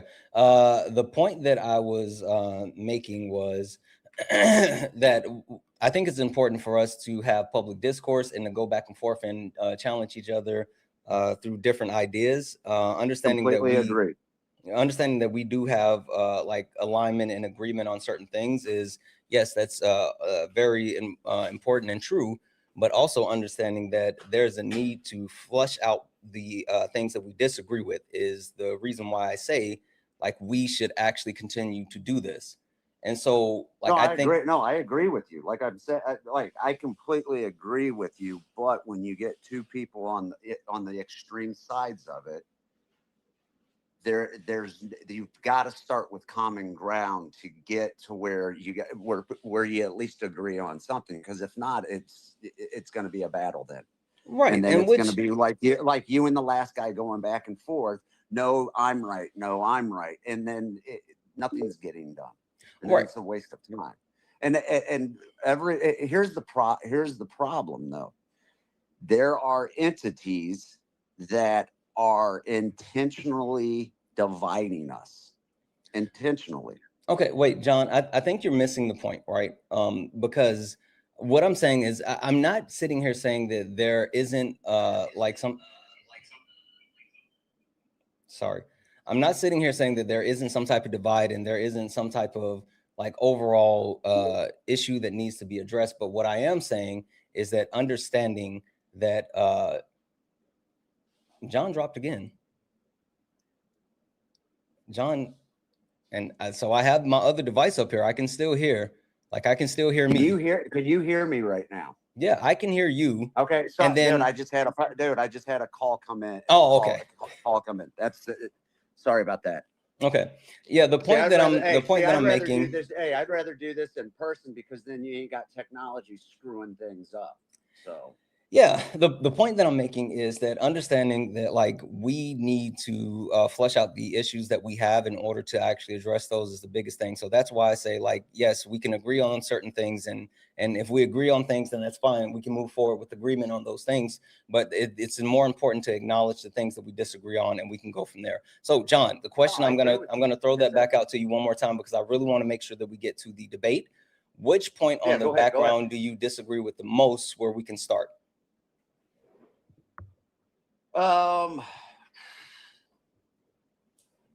Dude, I'm even on all of them.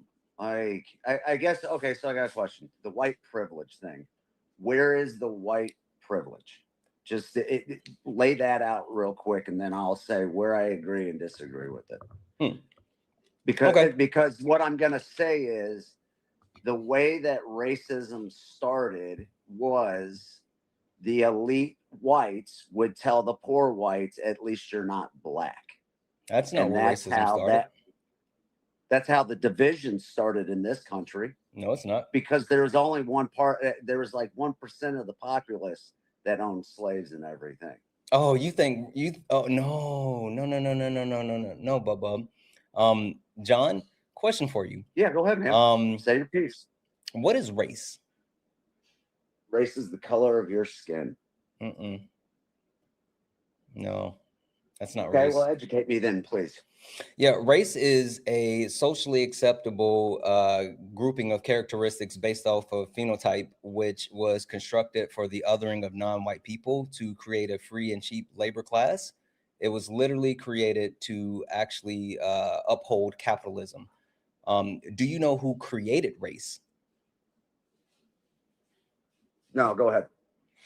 There was a Portuguese man by the name of Gomes de Zurara. He was a chronicler for Prince Henry the Navigator. And while coming into contact with Black people, he specifically charted the categories of race and said that these people that he came in contact with were of the lower hemisphere. They were hypersexual, animalistic, and they needed to be civilized. And so he took this information and presented to the Catholic Church, where the Catholic Church published 2 Papa Bowls that gave other countries to engage in chattel slavery because the black people that they had come in contact with, they deemed them to be lower than or less than human. They deemed them to be subhuman.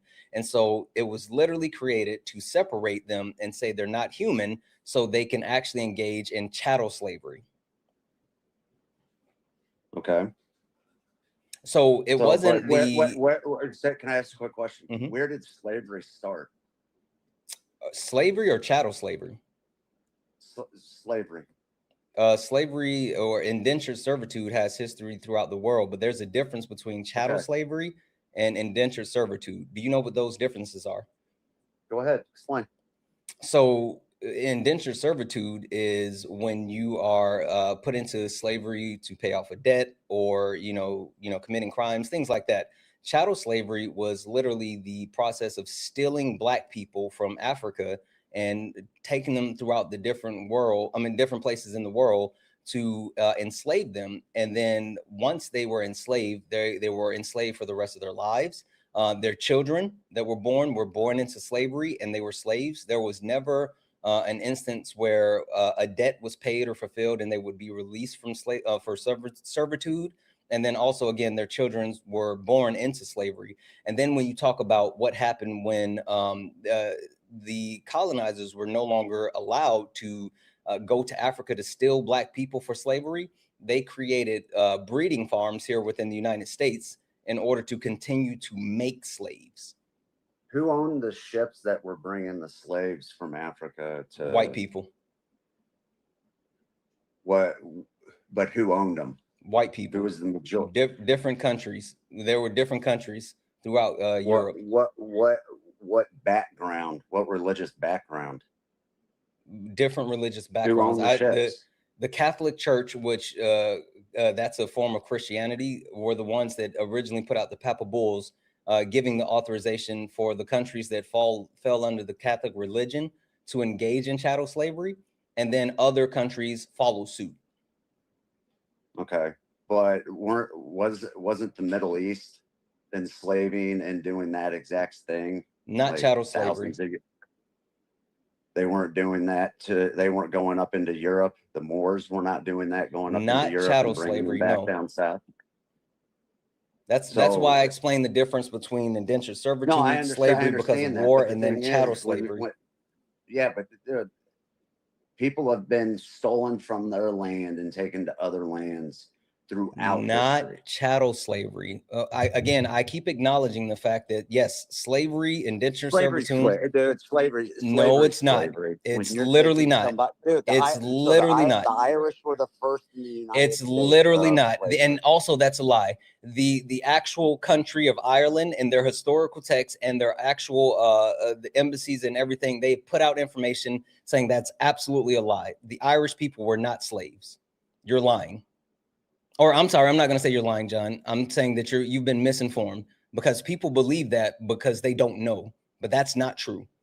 Literally, Ireland is on record making it known that that point is not true. Okay. The point that I keep trying to get to, John, is yes, slavery did exist prior to chattel slavery, but we've talked about what that looked like, whether it was slaves that were taken in war, whether it was slaves of indentured servitude. Those things did exist, but chattel slavery was literally a form of slavery that was created, and that was done based off of the creation of race. There was never a history of saying that these people exhibit these phenotypical characteristics, and so therefore we can enslave them. Prior to chattel slavery, that didn't happen. Okay. So the information that's come out that there were Native Americans that owned slaves here in the States was wrong. Wait, so you're saying that hold on. Blacks that owned slaves. Wait. Black people, not blacks. Are you saying that after chattel slavery? Black people. Sorry. After chattel slavery, are you saying that did indigenous people enslave black people after chattel slavery? Yeah, did they have slaves after that? Many people records of had that. slaves that engaged in chattel slavery for different reasons. I don't understand what the point of that is. Can you please I'm just explain what asking the point? I'm just asking a question. Right, You but said yes to can it, you right? explain what the point of that was? I'm asking. So is it every race has owned slaves? Can you please explain what the point was of you bringing up anyone else engaging in chattel slavery? So everybody has done it. Okay. So are you saying that it's wait. So are you saying that because other races have engaged in chattel slavery, then it's not an issue, or we shouldn't talk about white people, or what's the point? Horrible. So what's like again? What's the point? A horrible thing, John. What's the point of you actually bringing it up? I'm trying to understand. I hear you saying everyone. Hold on, stop for a second. Listen to me, John. Wait a minute. John, just listen to me for a second. Let me make sure I make this clear. I hear what you're saying. You're saying that other races have engaged in slavery, or even after coming to the Americas, engaged in chattel slavery. What is the point of you saying that? Are you trying to say, therefore, we shouldn't vilify one race for doing it? Are you trying to say that it shouldn't vilify everybody for it? Vilify everybody. Everybody's, you know something? Everybody's wrong for it. Okay. Even if you didn't even own slaves or you were not a slave, vilify everybody. John, everybody is wrong for it. Who created chattel slavery? Actually, it was the Jews that owned the It Jewish was not the quote unquote Jews, Jewish people. You're ship. literally wrong. I just told you who created it. You can sit here and try they to owned no the slave ship, John. Yes, you can sit here and try to obfuscate and go back to something that you don't know about, but I literally just gave you. I literally just gave you. No, John, stop. Stop. Stop, John. John, stop. John, stop. And you said whites. John, stop. And I'm not. Hey, and listen, I'm not saying. Okay. Truthfully, stop. I'm muting you because you won't stop. I'm muting you because you won't stop. I've already told you who created slavery. I'm sorry, who created chattel slavery, and the reason why. And it was actually okayed by the Catholic Church. So those things are facts. Now you can try to talk about Jewish people, but Jewish people, Judaism is not a race. Judaism is an ethno-religion. So white people can be Jewish. Black people can be Jewish. Asian people can be Jewish. You sitting here saying that Jewish people own the ships means nothing when I talk about the point that white people were the ones that created race and created slavery because Jewish people can be white. John, I'm bringing you off mute. Please tell me you understand the difference between race and an ethno-religion. Race and an ethno-religion. Yes, I do. So why do you keep blaming Jewish people when Jewish people can be white? Okay, wait a minute. Let me restate this. The so-called Jewish people right now, the Zionist Israelis. Why do you keep bringing up Jewish people when Jewish people can be white? Because they are the ones that are, because the people that actually funded and owned the ships are from the Khazarian Empire. Sure. Give me any type of information that substantiates that, because I just literally gave you the information about Gomez de Zarawa. They are out of Turkey and so wait. Are you Russia. saying that Gomez de Zarawa was funded by the Jewish government, society, church? So wait a minute. When Christopher Columbus came over and everything, was the slave trade even going at that standpoint? Yes, Gomez de Zarawa created race prior to Christopher Columbus finding his way to the Americas, which was Turtle Island. Yes.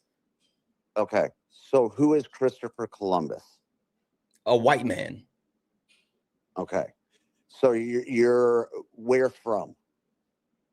Oh, wait, what? Wait a second. No, Listen. what's the point of your line of questioning? Hey, Please, sir, please, listen, please make listen, your I'm point asking make you sense.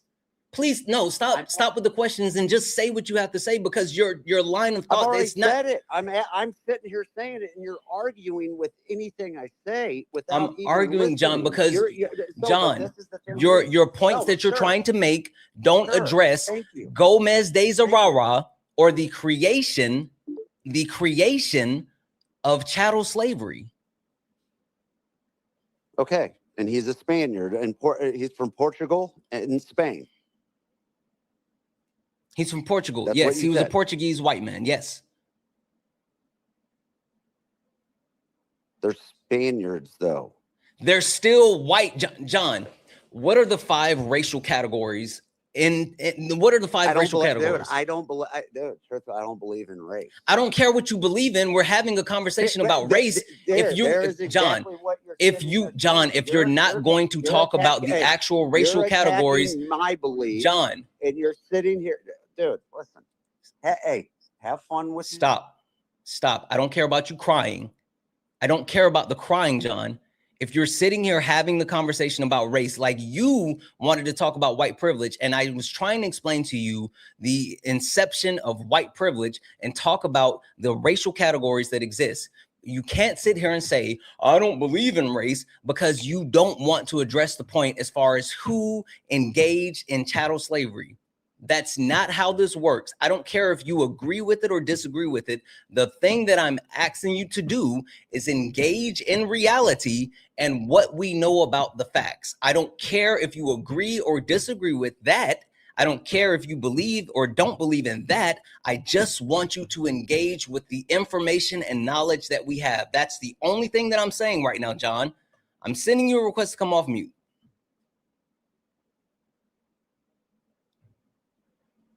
Like I said at the beginning of this, history is told by the victor. We are all lied to about the past and everything. And we need to figure out common ground. And if we're going to bitch and complain about race, and we're going to bitch and complain about everything. Why are we still talking about race today, John? Dude, why are we still talking about race today? I'm trying to answer. Why are we still talking about race today, John? Exactly. You're the one that's got it on your thing. It's because it fucking affects everyone today, John. But you're the one still talking about it. Because it affects everyone today, John. Just because I talk about it, even if I didn't talk about it, it would still affect us. You're allowing it to affect you,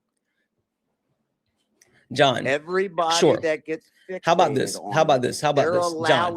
It. That's fine. That's fine. John, what's redlining? We're all individual. John, what is redlining? Explain. No, go ahead, dude, so we can agree it on or not. Go ahead. John, at this point, you keep saying stuff and you don't have any type of facts, information, or knowledge. You don't even know the things that you're speaking on. I'm going to say you're going to argue with, just like the last guy. Because I fucking have the information. You didn't know shit about the stuff that you were talking about. If you were the one telling me about factual things, then I wouldn't argue with it. Like, if you actually provided facts, I wouldn't argue with it. Okay. If you sitting here saying that us not talking about us not talking about race would actually do anything beneficial, when literally there is medical racism, there is educational racism, there is like redlining, financial racism, like these things happen in society today, whether we talk about them or not. So just not talking about them does nothing to address the issue. The way that we address the issue is by dealing with them. Not by sitting here saying we shouldn't talk about race, when the fucking banks, the financial institutes that we rely on in our society are engaging in financial racism and literally being held accountable for the acts that they are taking against non-white people. Yeah, but it's still happening to white people also. That's not what redlining is. We're all goyim, dude. That's Just not like what the redlining people is, John. The people that run the people that run the banks and everything. You sitting here trying to blame Jewish people when I'm Jewish not blaming- people no, are I'm not white. I'm not blaming. But the Jewish thing is, people you're still can be blaming them white, too. John. Jewish people can be white, they can be black, they can be Asian. That is a ethno-religion. Stop sitting here pretending that Jewish people are the problem. People who claim to be, John, are you a Christian? Look, John, are you a Christian? Now. We're in a war right John, now. are you a Christian? No, I'm not. What? Okay, so you're not a Christian. Are you a Muslim? No, I am not. And I'm assuming you're not Jewish. No, I am not. Okay, so you're just a original asshole for no reason. No, I am not. Okay, so what's your reasoning for being an asshole? How am I being an asshole? Because you're sitting here trying to vilify people without having any type of facts or information. You're the only thing that you want to say, you're vilifying the entire white race for a part of a very small part of that race. Everything that I've said, I have facts and divided the information shit out of us. Name one thing that I don't have facts or information to back up that I'm talking about. I didn't say that you didn't have facts or anything. Okay, so if I'm sitting here anything that you calling said out is facts, wrong. how am I vilifying someone for speaking to facts? Because you're sitting here saying that the entire white race has privilege, and they don't. Yes. How No, is they that don't. vilifying people? You don't understand white privilege. Sit here and say that just because of somebody's color of skin. I didn't say shit you're about saying color that of their skin life's because easier? race is not the color of your skin, John. I've already told you you were wrong. John, you don't know things, but you keep speaking so confidently. You're an ultra capidarian. You don't know these things, but you keep saying these things. I've never said it's based off of the color of your skin because that's not what race is, bub. Okay. But you say white people. So that is okay. So you're blaming white people. When did I say I'm blaming white people? You're saying white privilege.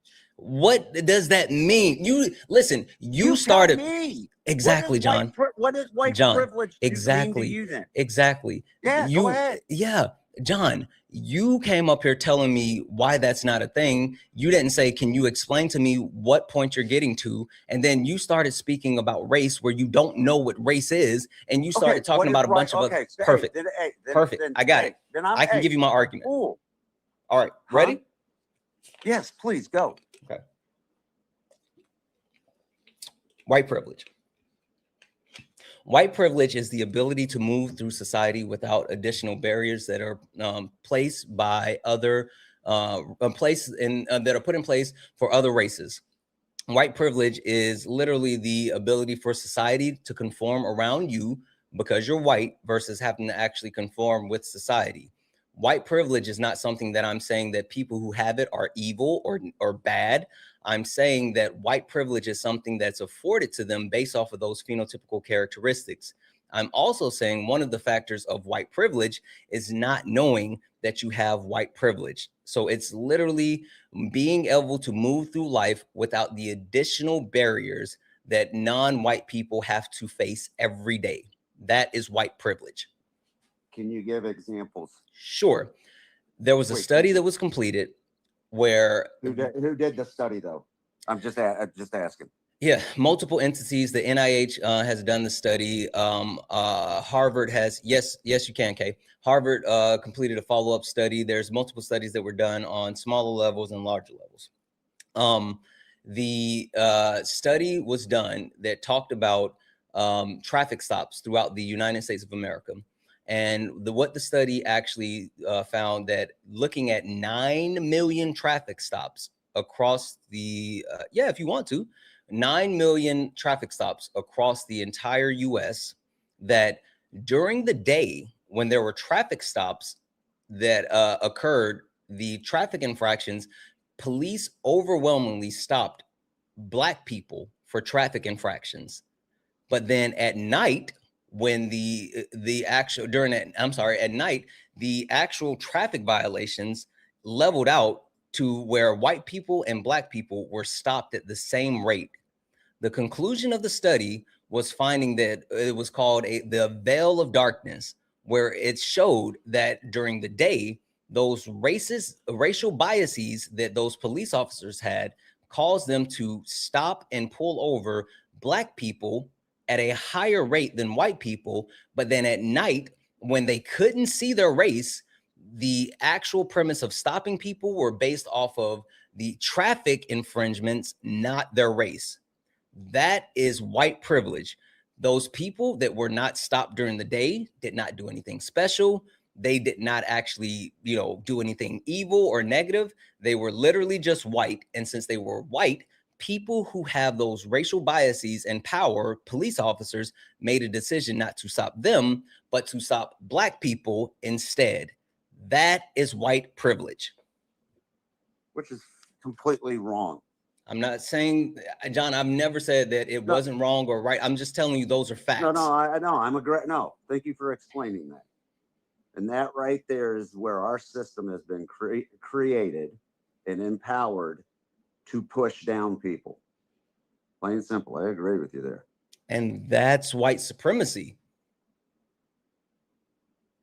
So there's a couple of things, John, like there's a difference between white privilege, white supremacy, and whiteness. And so me talking about those things and explaining how those things impact society, like it exists. And so even if I didn't talk about those things, the actual information that I just gave you, it exists and it's still happening today. That's why I mentioned redlining, because it's still happening today. So whether I talk about it or not, it's still happening. I would much rather be on the side of talking about these things and addressing these issues head on, where we have an opportunity to actually deal with these issues, bring awareness and actually work through them, versus just no one knowing that information. Because now, John, since I've told you about this, you can, one, go look up the study yourself, verify the information. Two, use this this information to help fight white supremacy, which we need white men in order to fight white supremacy. So that's the purpose of me talking about these things, because the only way that we're going to be able to dismantle white supremacy is literally by white men leading. Okay. So that right there is a great plan. So how do we come together then to do that? Sure. I'm going to read a couple of thank yous, John, and then Kay is over on Kay is over on TikTok. Kay wants to talk to you. So give me a second. I'm going to thank a couple of people and then I'm going to give the floor to Kay.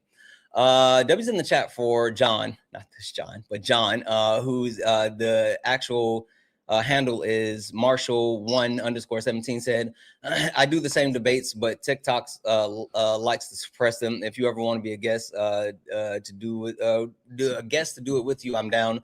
Much love from Michigan. Absolutely. Thank you so much for that, John. I really appreciate you for the $5 donation. W's in the chat for Angel for the $1 donation, saying, also the goal of slavery was always has been capitalism. So bringing up the Jewish people means nothing since the Spanish quite literally used the Bible to justify chattel slavery. Yeah, that's what we talked about, the Papal Bulls. And then even once they were in the country, they used the slave Bibles to actually try to continue to tell those slaves like it was necessary and justified. W's in the chat for all the donos, guys. If anyone else like to support the live, you can do so. Cash App, PayPal, Venmo. Pay links in the link tree in the bio. Santana speaks for you. If you're over on YouTube, you can send a super chat and I will read that out. Keep tapping the screen, share the live, send your daily heart me, and make sure you hit that follow button. Kay, floor is yours. Hi, volume good? Say it again. Volume okay? Okay. Yeah, I can hear you fine. Fabulous. John, so you came up here and you monologued when you first came up for a really long time about like not having debates and, you know, coming together and all of this. But how does one come together with somebody who is denying the existence or not believing in the existence of race? Say that one more time, please. You said that you don't believe in the concept of race. Did I mishear you? No, you didn't. Okay. So how does one come together with you if you don't believe in something that absolutely rules society? How do we come together to talk if we do not start with race? All the conversation, you just talk. Just like me and I sat back, I let Santana explain more in depth, and we came to an agreement. I said I agreed with him on it. So that's how, that right there is a debate. I'm sitting here agreeing with him. He opened up my views. That's how you do it. Start on a very wait, ma'am. Wait a second, ma'am. Are you a human? Stop. Are you a human? Wait, one second, John. I know you're over on YouTube and you may not know who Kay is, but first and foremost, Kay is someone who is absolutely knowledgeable in multiple ways. Number two, she is someone that I respect more than just about anyone else on this planet. And number three, someone that has total control and authority. So like, yeah, let's wait and actually engage with Kay as far as the conversation. So FYI, talking to Kay is just like talking to me. So let's have that same level of decorum. Okay, cool. Go ahead, Kay. You didn't have your view widened. When you originally came up, you argued about the history of race and who did what, and making sure that you got in there that the Irish were slaves, which is completely false and documented by the University of Dublin at Trinity. So I'm going to ask you, if you don't believe in the concept of race, which society runs by, how do you come together?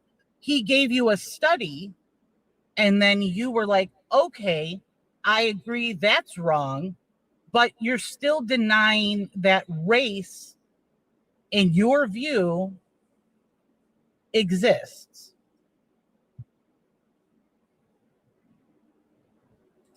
Can I speak now?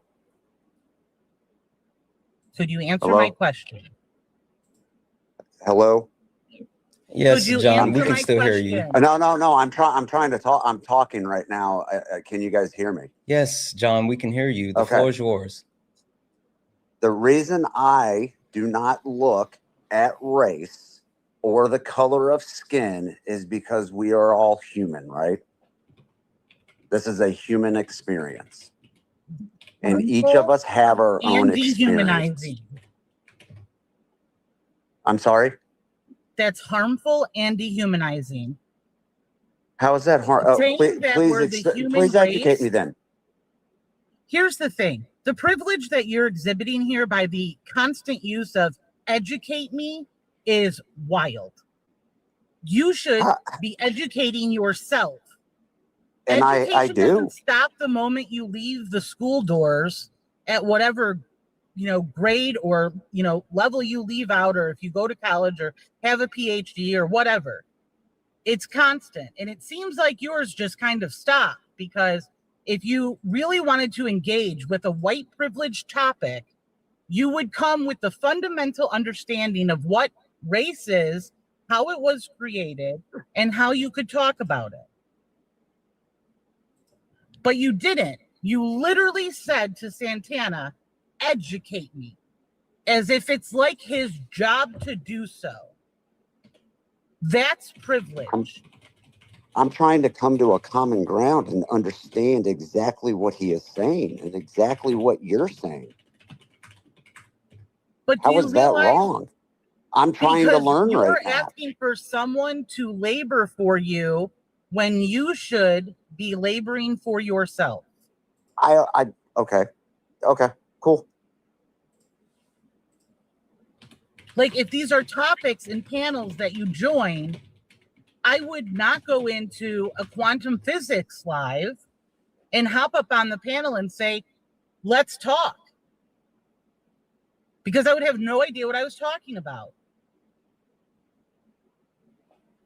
So the human experience, I'm trying to understand.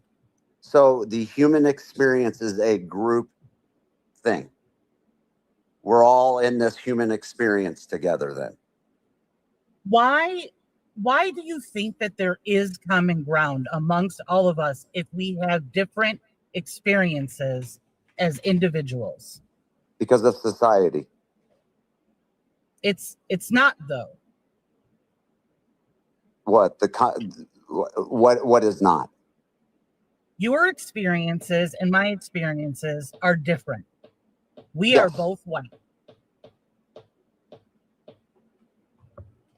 Would you agree? Okay. Yeah, you're a woman and I'm a man. So yes, our experiences are different. But in society, we have to learn how to coexist, don't we? No, I'm not a believer in that. And the views on this topic are my own and not of that of the Santana platform. But if you're going to really talk about that, no. So then society will fall then. Maybe it should. If we can't, like I said, if we can't find common ground, it's always going to be a fight then. But whose society gets to determine which society is that we're all under? Is it your society? Is it your views? Is it that because John doesn't believe in race, that we should all go around and not believe in race and just, let the chips fall where they may? I mean, that's pretty much how life runs. How old are you, John? I'm 46. Okay. I'm 48. So we're just about, well, yeah. Same generation. We're the same generation. Same generation. But the issue is that everything that Santana just taught you, I already know. Because as white people with privilege, it's our duty to learn and seek things out beyond ourselves and not just have people educate us. It's not our, ability. I've never been on his page.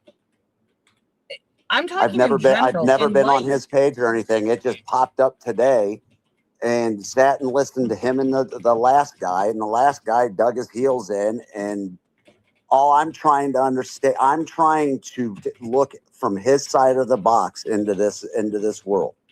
We all can learn from each other, be right? Able to do that if Santana is a black man. Wait a minute, say that one more time. How would you ever be able to look at society through his lens if he's a black man? By listening to his experience. Still will never give you what it is like to be him. And when we talk about race, the only reason I came up here is because I'm a white person talking to you. Okay. Because it's not his job to educate you. It's not his job to have this conversation with you. When you brought up white privilege and you don't know what it is, that should have been the end of the conversation. But Santana's nice, and he will try to educate. He's way nicer. But you need to sometimes sit back instead of bringing up a topic you don't know anything about.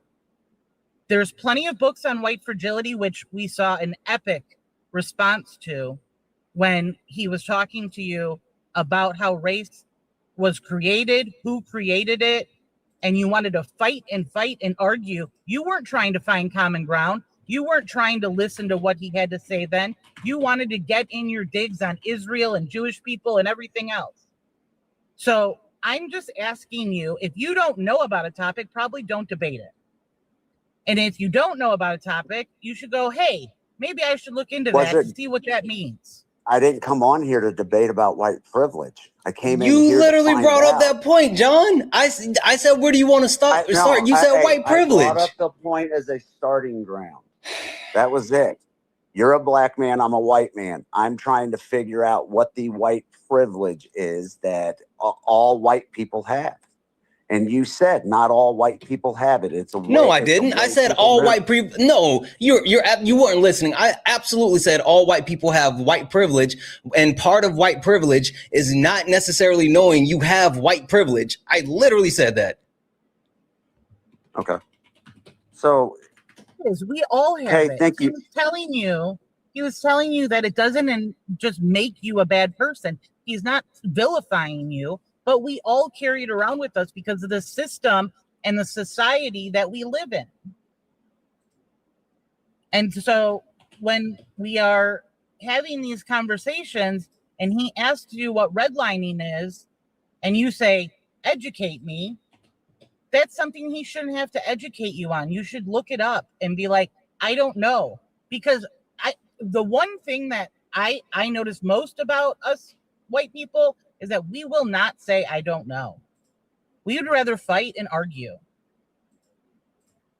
By so saying educate me is saying I don't know, or I don't know where what your definition of it is. Are you on a phone right now? Yes. Supercomputer, right in your hand. And I agree with you. And as soon as I leave this right here, it boots me off, and then I have to leave it and then come back on. That's the reason I'm not using my phone to look anything up right at this moment, because at the beginning of our conversation, it kept booting me on and off. That's the reason I'm not sitting here looking up and everything. I'm not asking you why you're not looking it up right now. I'm saying that you have access to it. I understand all of that. Find out what redlining is. But just saying the words, educate me, as if it should be a foregone conclusion that he's going to tell you what something is dismissive, disrespectful. No, because it's not his job. That's what I'm saying. But he's up here. Wait a minute. He's running a debate. He's asking people to come up and debate him and everything. And by people, hey, ma'am, a debate is between one second, please. Who already have information on a topic with opposing views. You don't have the information to debate because you don't know what things are. This is not a class. This is a debate.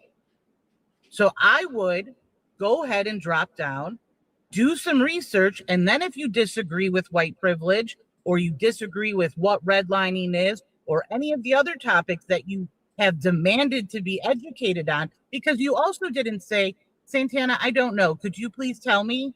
You said, educate me. Okay. So sorry, I'm not using the right wordage for you, and that it comes off as racist or uneducated or anything. To ask somebody, hey, Santana, I needed you to, I needed to understand exactly what we were debating about.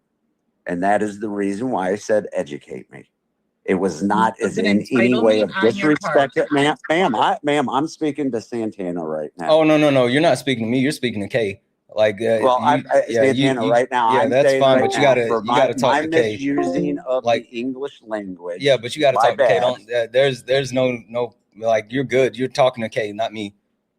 Okay, but I'm saying from the start of the conversation and everything, I should have just said, hey, I need to understand what you are exactly I would be debating you on. That is a man to another man. That is my bad right there. I should have said from the beginning, hey, can you clarify? I'm sorry, or I don't know. I'm uneducated on this topic. And that's not what I'm saying. John, and I did apologize. Hey, John. Hey, John. What? Hey, not one don't time yell. did you actually apologize. I just said, Santana, I am John, sorry. You're showing fragility. Let's not do that. All right. Let's actually wait for Kay to finish what she's saying, and have respect and decency to listen to what Kay's saying, because you saying like, oh, don't yell, or cutting off, that literally is the male ego, which is the most fragile thing on earth. Let's stop that part for a second and just listen. So sum it up. So I think there is a piece of you that wants to learn this information. I feel that if that's true, I always tell everybody in our community, on lives, you can always reach out. I'll send you resources that you can find. It is not Santana's job or any other Black person, minority, any person from any community that you don't belong to educate you on their community. So if you want stuff on white people and how we react to things, how we have to, check our bias, all of that, I'm more than willing to help you and send you those resources. White fragility is probably the very first thing that you might want to read, but also just looking up the definitions of things you didn't know about today is also, a good place to go. Now, with that being said, I would also maybe take a look into misogyny and see what that's like too, because it seems very clear that you're willing to tell Santana, in the middle of our conversation, my bad, not an apology, but my bad. And then disregard the conversation that you and I are having. So I leave you with that because a lot of the things that you fought back against today are common white supremacy talking points. And even though you may not see race, race definitely exists. And it is not a negative.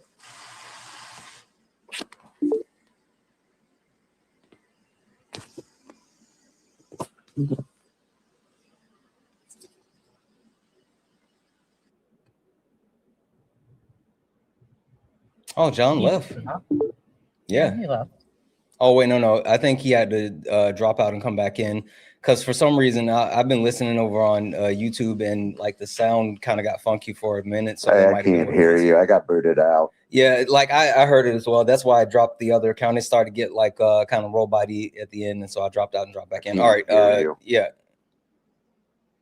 Okay. If you can't hear me now, then that's a you issue because I can hear. Yeah, I can hear him too. Yeah. And so that's a him issue because I have my other account up on YouTube right now and I can hear myself. John? Well, regardless, if he can hear, he can try to get resources or. Hey, I can't hear. I can't hear you guys. John, I'm not going to hold you. I don't believe you. I can't hear what you're saying. I can see you on video, but I can't hear you. Yeah, John, I don't believe you. I'm sorry. I think that you just got cooked and you don't want to talk about it anymore.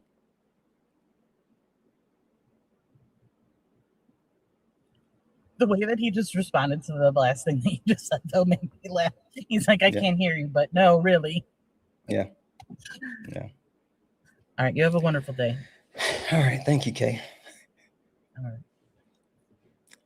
Guys, I just want to call this out really quick. We had Kay over on TikTok talking to John, who's over on YouTube. Tell me where else can you get that? Name one other live that you're going to get people on different platforms talking to people on different platforms. Name one other place. Name one other live that you've seen that has the ability to do that.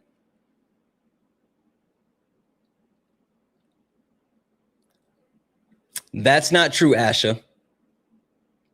No. Not people who's hosting. I'm not talking about people hosting on TikTok and talking to people on YouTube. I'm talking about people coming up as guests and talking to people on YouTube.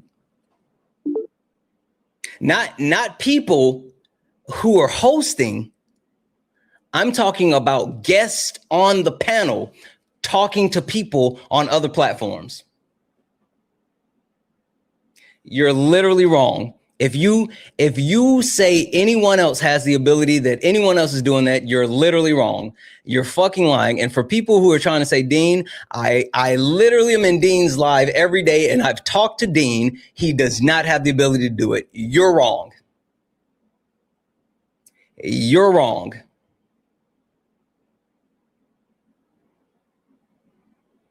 Don't play in my face. This is a Santana original. This is a Santana original. Couple of quick thank yous and then we'll get back to it. W's in the chat for Indigo for the $5 donation, saying W's in the chat for Santana. W's in the chat for you. Absolutely.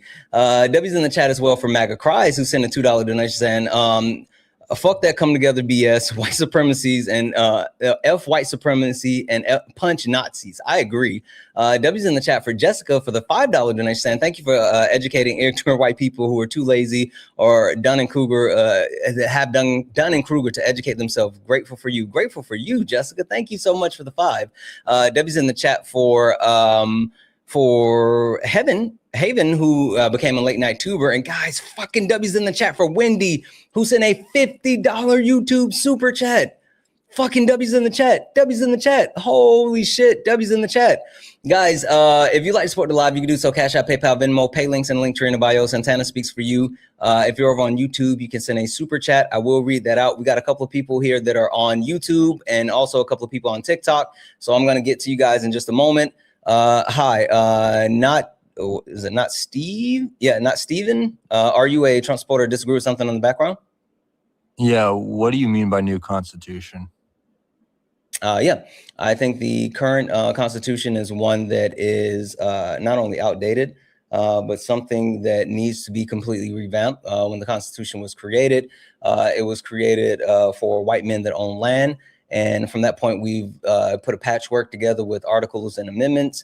And I think that not only is the restructuring and actual complete rewriting of a brand new constitution is needed, it's also something that has been advocated for in the past and by our founding fathers.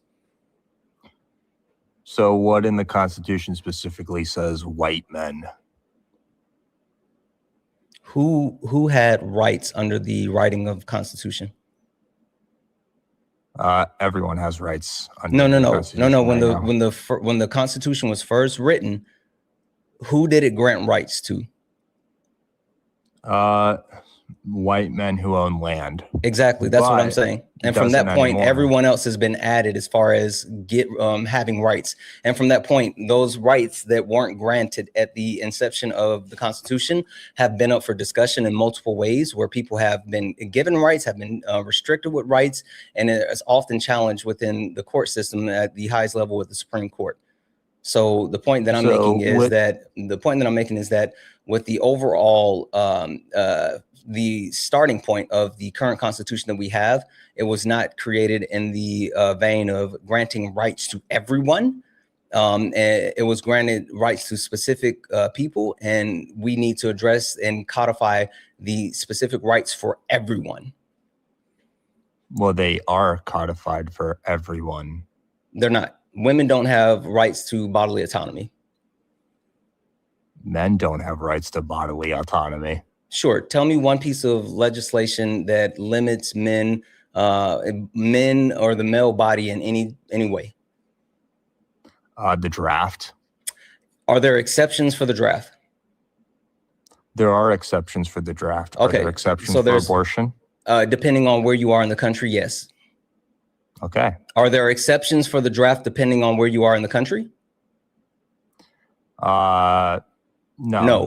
Exactly. I don't think so. No. Exactly. There's nationwide exceptions, and the exceptions range from having access or having a military documentation, medical documentation, to having a religious documentation, to even just saying you don't want to. Like now you can literally say you disagree and you don't want to be drafted. That's literally an exception that you can get. And also, we haven't had a draft since 1960 something. So we not only have multiple levels of exception all the way up to physically not being able to be drafted, down to I just don't want to do it. It's also something that has not been done in 60 some odd years. So again, the point that you made about the draft does not equate to men in the same way that an abortion, having access to abortion, which is medical care, equates to women. And even more than that, the draft is only specifically for men first, and then they can actually bring women in. So the draft isn't even limited specifically to That's men. not true. It's just no, like literally, yes, they draft men first, but if there's a point where there are no more men and they need women, they can draft women. Yes. Men are the only ones that have to register for the draft. I'm not saying that they're the only ones, that they're not the only ones that have to register for the draft. I'm saying that if there is a point in war where the draft is no longer sufficient because there are not enough men, they can draft women. I highly doubt that they would. I don't care if you doubt it. I'm telling you, they can do it. I'm not disputing when they do have it. They done it? I'm not disputing would they do it. I'm telling you they can do it. But that does not negate the point of you still have not given me something that restricts men, a piece of legislation that restrict men the way that abortion and having a lack of health access to healthcare restrict women. If you don't have a right to kill someone else, like a baby, just because we're not here debating abortion. I don't give a shit about your take on abortion. I'm telling you, women don't have that right. I'm saying, can you verify a right that men are restricted the same way that women are restricted? One thing that restricts the man body the way that women's bodies is restricted.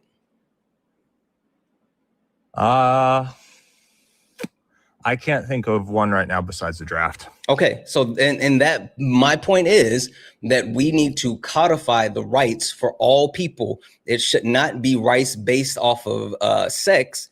It should absolutely be rights that are granted to all people born. Like there's multiple things that need to be set into stone, and that's just one. Another thing is the rights for Black people to vote. Did you know, since voting is a quote unquote constitutional right, but with the passing of the Civil Rights Act and the fact that Black people have the ability to vote now, their right to vote has to be recertified in Article 4 every 25 years. Recertified in Article 4 of the Civil Rights Act. Of the Civil Rights Act. The Civil Rights Act is not what gave the right to vote. It's the 14th Amendment that gave the right to vote to Black people. Now, there's a poll tax amendment in, I think, the 1960s, but that wasn't exclusive to Black people.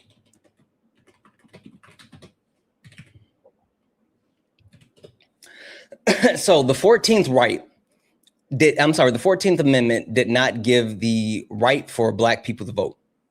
Tell me what section in the 14th Amendment gave Black people the right to vote. Section 1. Okay. All right. Let's see here.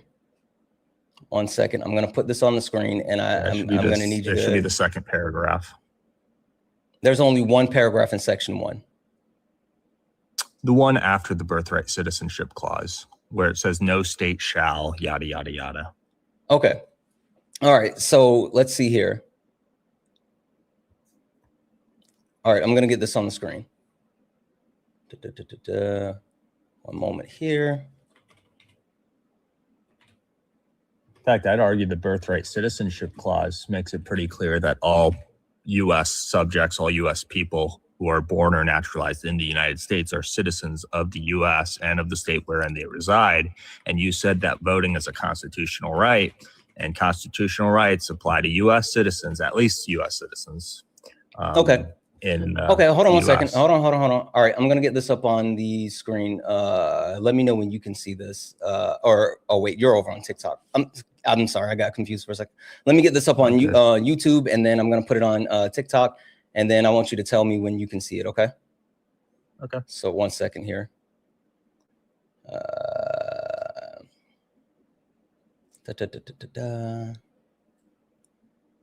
we go. Remove, or let's see, hide. All right, perfect. And then make this a little bit larger.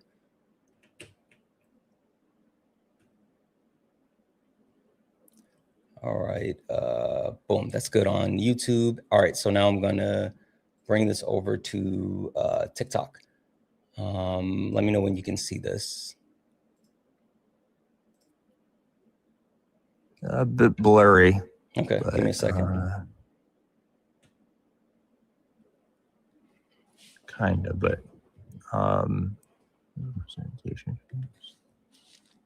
Okay, that's section 2. Mm-hmm. So representatives shall be appropriated among several states according to their respective numbers. I said section counting 1. The whole number.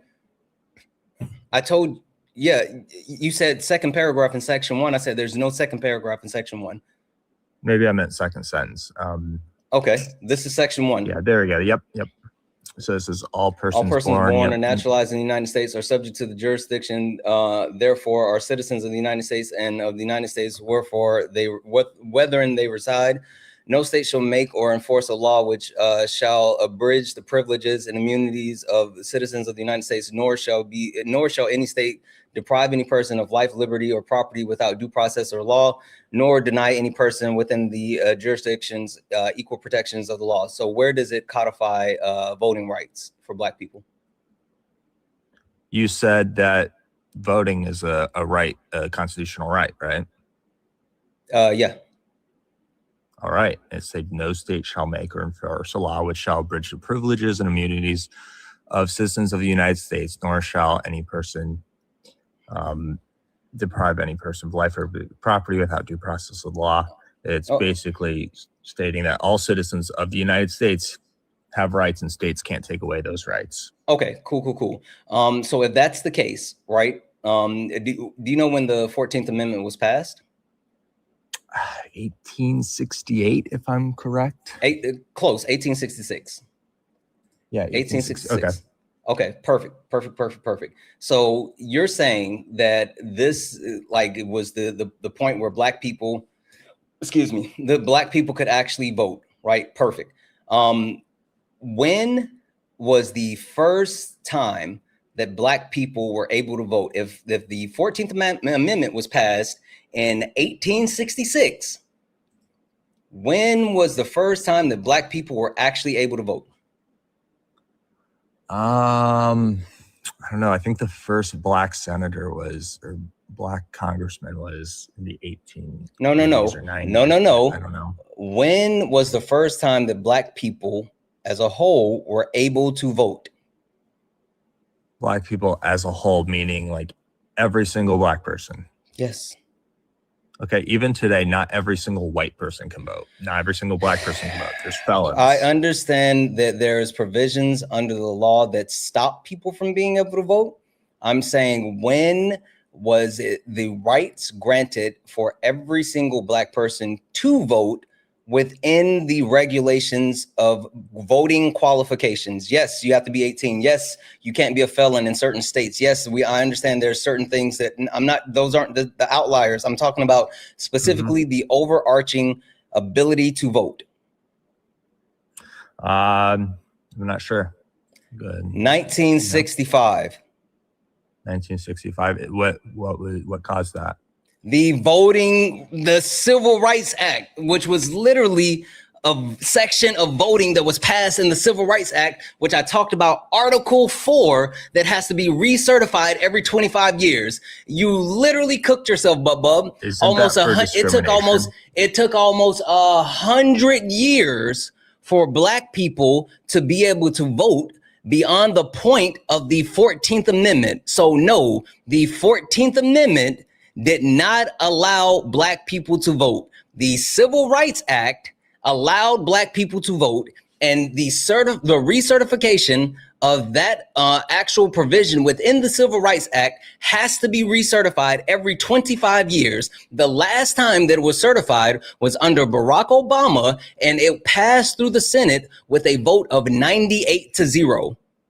And the right to vote, which is established in the Constitution, because you cannot have taxation without representation, that's codified within the Constitution, is specifically given to Black people with limitations. So my point is, in order to ensure that we are able to give everyone the access to the rights that are listed in the Constitution, we have to completely codify those rights without limitations.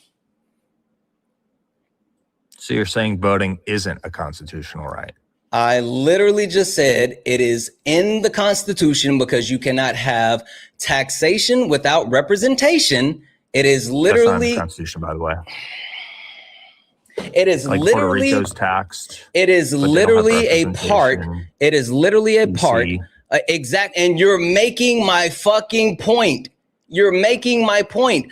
If there is going to be taxation and the Constitution grants the right to vote, then everyone who falls under the guise of our Constitution should have the equal rights. And that's just one portion. It's a specific example, but I'm talking about all of the rights. Everyone should have all of the rights. It shouldn't be this group of people specifically get these rights. This group of people specifically get these rights. No, everyone should have all of the rights. That's the point. I agree. All U.S. citizens should have the same rights. But where does it say in the Constitution that there's no taxation without representation? Can you please address the overall point? So if you agree that all of the citizens should have all of the rights, then what is your contention with creating a new constitution that grants all of the citizens all of the rights? Because if you're going to rewrite the entire Constitution, that leaves vulnerabilities for removing things that are already rights and phrasing things in ways that would actually take away our rights, like the Second Amendment, freedom of speech. Like you could totally just, if you were to rewrite the Constitution, our rights would fundamentally change. All of and which that's fine. That's fine, because in understanding that the quote unquote rights have to change, understanding that there's a necessity for rights to change is absolutely something that was thought of by the founding fathers. Like literally the founding fathers actually talked about this. And also, just FYI, you said where in the Constitution is the actual voting rights or the right to vote listed? You were just talking about the 14th Amendment. What did you say? I said, where in the Constitution does it say no taxation without representation? Because I'm pretty sure that's only in the Declaration of Independence. Right. No. That's sure. I was saying that in the sense of why voting is like the point as far as being taxed and voting. That wasn't the overall premise. The overall premise that I was saying is voting is in the Constitution because it's a constitutional right. Yes, I used the line, but the point that I was making is voting is an actual protected constitutional right. That's what I was using. Why wouldn't you just propose a constitutional amendment? Because we've already been doing that. Solidify the voting rights. The definition of insanity is doing the same thing over and over and expecting a different result. We have been making amendments and additions to the Constitution throughout the entire time. And instead of actually continuing to make amendments and additions, we need to get a completely new Constitution, which is not my original point. I'm sorry, not my original thought. I will give up the game right here, right now. It was not me that actually said we should have a new constitution. Like I want to make sure you know that this is not a Santana original. Sorry. Wait, but it's on your screen. Oh yeah. It's on my screen. But what I'm saying is I want to make sure that you know this. It's not a Santana original. Like that was not something that I actually said, you know what? We should do this. You know who actually said that we should do this? Who? Huh. Interesting. Do me a favor and read this. Go show other one generation. I need to know where you are so I can scroll down. Whether society. You can scroll down a little.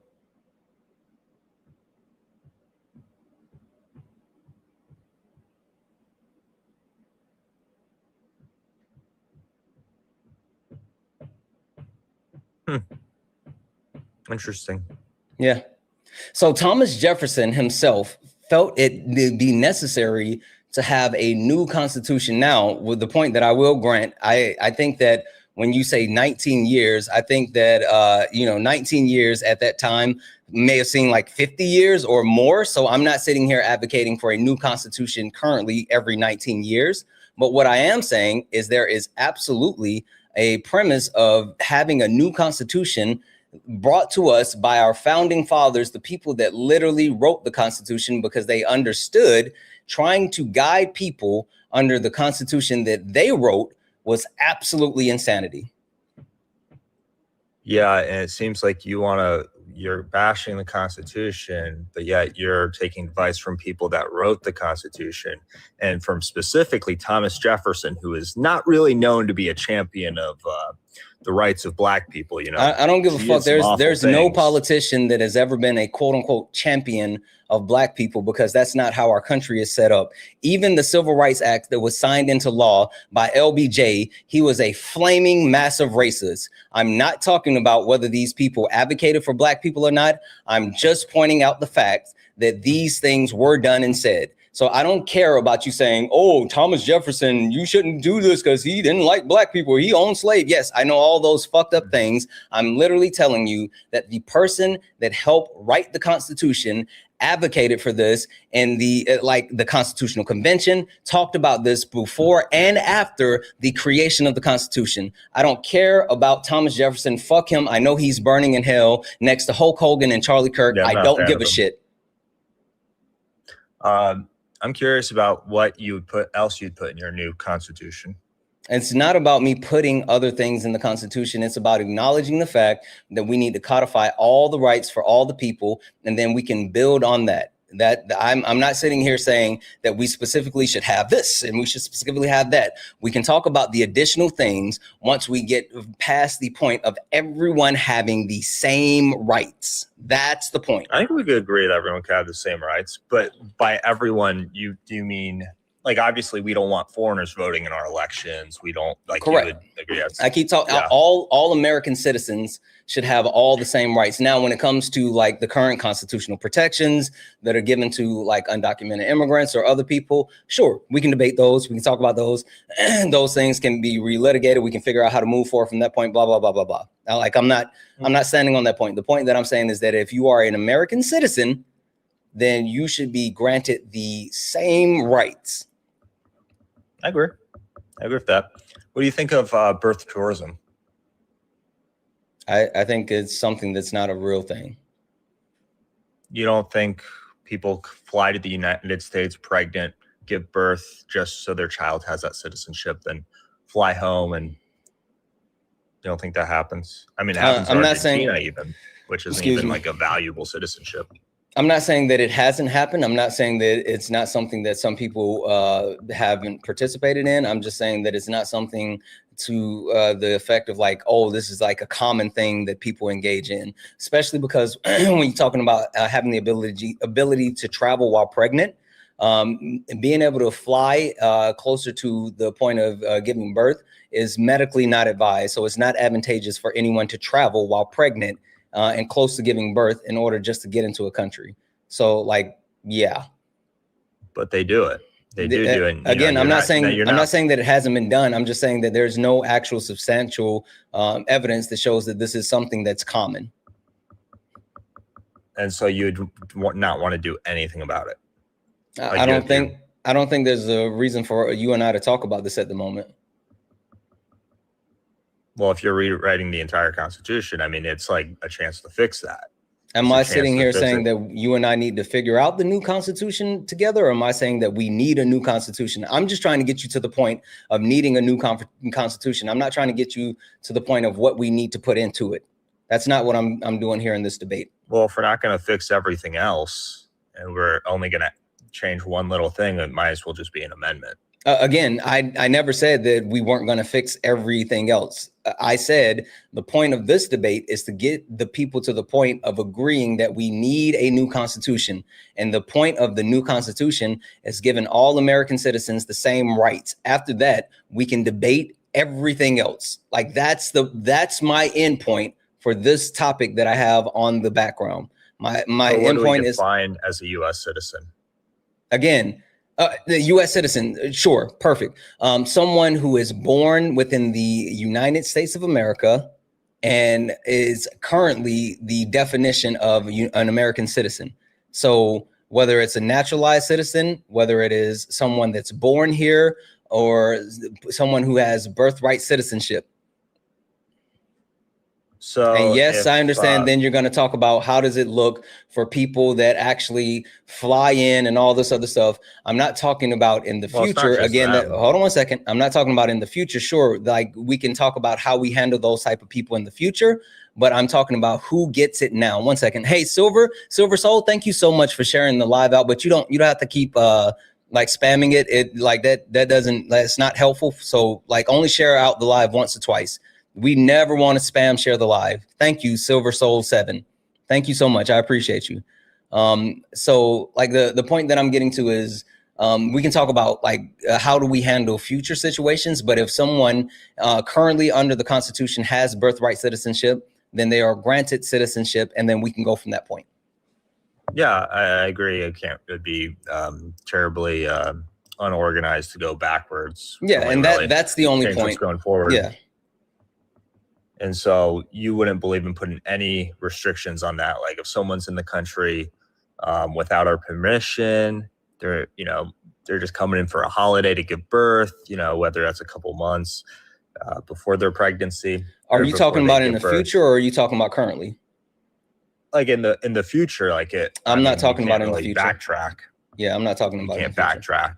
The point of the topic is not to talk about like the future. It's literally to get people to the point of agreeing that we need a new constitution, and the new constitution needs to provide equal rights to all American citizens. Yeah, if you're not going to fix the rest of the Constitution, there's no point in making a whole new Constitution. Who said no one was going to fix the rest of the Constitution? You like literally, I think you're like, that you're cooked and you don't have a point and you don't want to give that up. And so now you're trying to lean on the fact that I won't talk about all the other shit that needs to be fixed. I agree that we have other things that we need to fix. I agree that there will be other things that we will have to address. That's not the point that's being debated.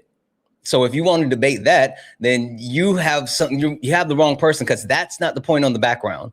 The end conclusion to new constitution is agreeing that we need a new constitution that provides rights to all Americans equally. That's the end point of this debate that I'm having. So talking about the next steps past that is a whole new debate that I'm not putting out for anyone, because I'm not clearly saying that, yes, we need to think about the people that are going to travel into the country and what they're going to do there. Or yes, we need to talk about like Second Amendment. And I'm not talking about any of those things, because there are things that I think that we need to do, including restricting not only the power of the states, but restricting the power of the executives, putting in term limits. Like there's multiple things that I think we need to do as far as in the future, but that's not the topic of the debate. Interesting.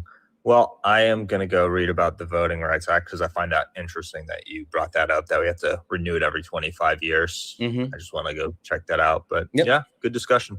All right. Thank you. A good one.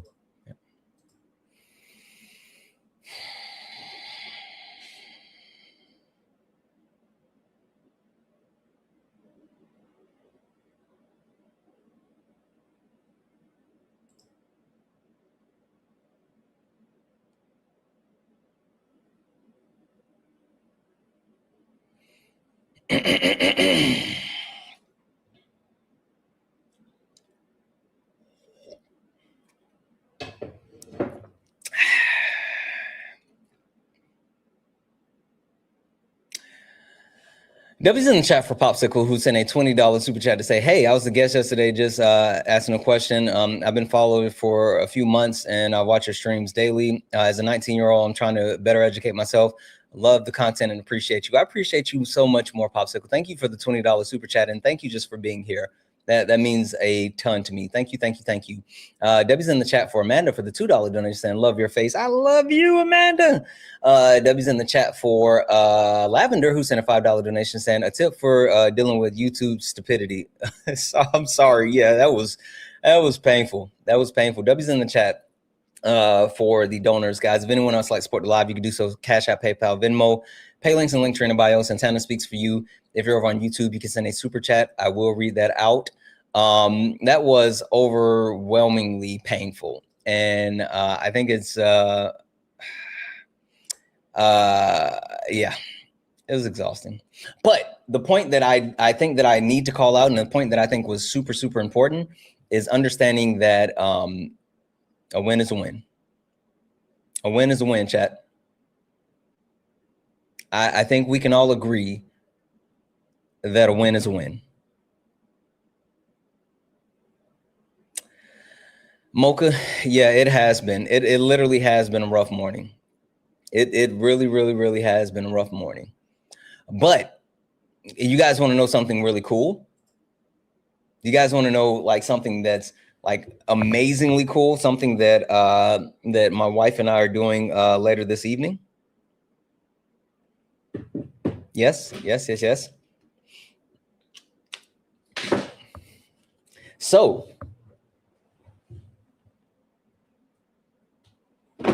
later this evening, I'm going to take my wife out on a date. Is it legal? Yeah, it's legal. Yes, it's legal. Absolutely, it's legal. I'm going to take my wife out on a date. And part of the date is we're going to the movies to see the new Demon Slayer movie.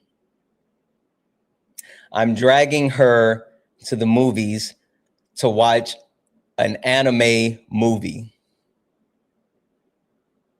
Stop it, Cat. No, we are getting Mexican though. We are getting Mexican. She's not that big of a movie fan, but she'll go to the movies with me. So she's gonna go to the movies, and then also too, she doesn't really watch anime, but I love anime. And here's the catch-22. This is the big thing about all of this. The movie's in Japanese, so it's going to be reading subtitles the entire time.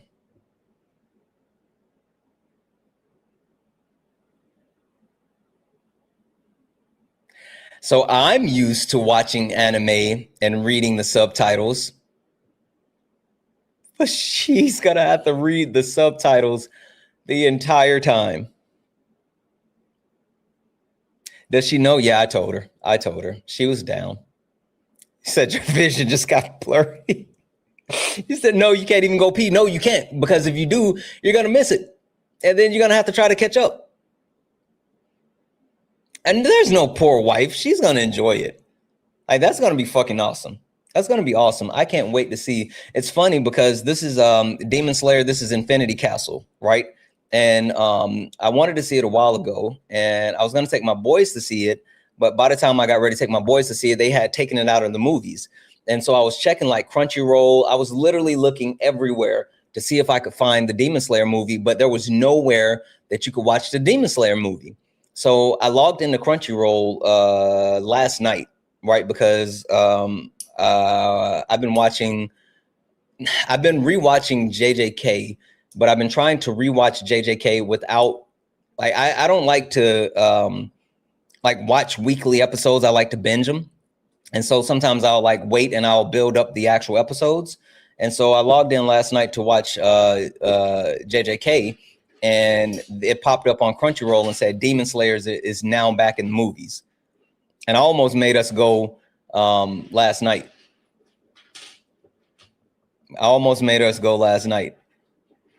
And then I was like, let's go as soon as I get off the stream. And then she was like, oh, no, I got stuff that I got to do first. And I was like, oh, okay. So we're going this evening. You said she's a saint. She is. She absolutely is a saint, if I'm going to be honest. She is absolutely a saint. Holy shit. That's wild. Sorry.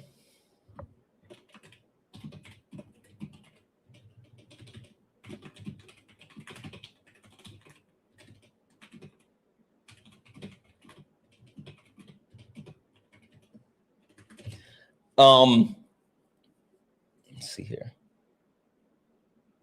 Dang it. So it's just okay. That's interesting. Guys, wait. Oh, okay. Really quick.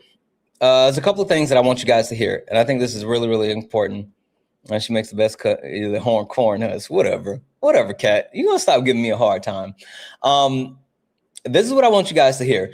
One thing I need you guys to know is MAGA, Trump supporters, Fox News, they are not dealing with what's happening in Iran well.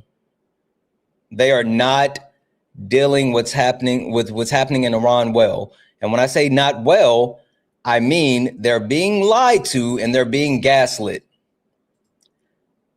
This is what they're saying on Fox News when it comes to what's happening in Iran. So let's think about what has happened. Let's list it out. So we took out the Iranian regime leader, the Ayatollah Khomeini, and then 40 of the top leaders. We degraded their military. You can see we've been laying that out all day, all morning. We've because they've decided to attack their neighbors, and we've kind of unified them behind us. So that's kind of worked in our favor to some degree. We've outed fake allies, Spain, England, right? Why should we ever help them again? This is a way to reveal that. We talked a little bit about the insurance situation for ships coming across the Straits of Hormuz. So there's that angle as well, which is very interesting. So to me, this already looks like victory. And so I say, let's declare victory very quickly.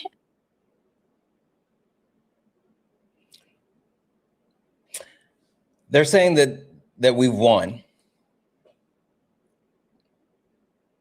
That's what they're telling people on Fox. Fox News is saying that America, yes, Covey. Fox News is telling people that America has already won. That's why MAGA, Trump supporters, that's why they're so delusional. Because they're being lied to. That's literally why they're all so delusional, because they're being lied to. Now, speaking of delusion, something that people also need to hear is what Pete Hegseth is saying. So if you guys don't know, information just came out that Russia is apparently providing Iran with intel on American bases, soldiers, all this other stuff. That Russia is working with Iran and feeding them information. Now, that's alarming.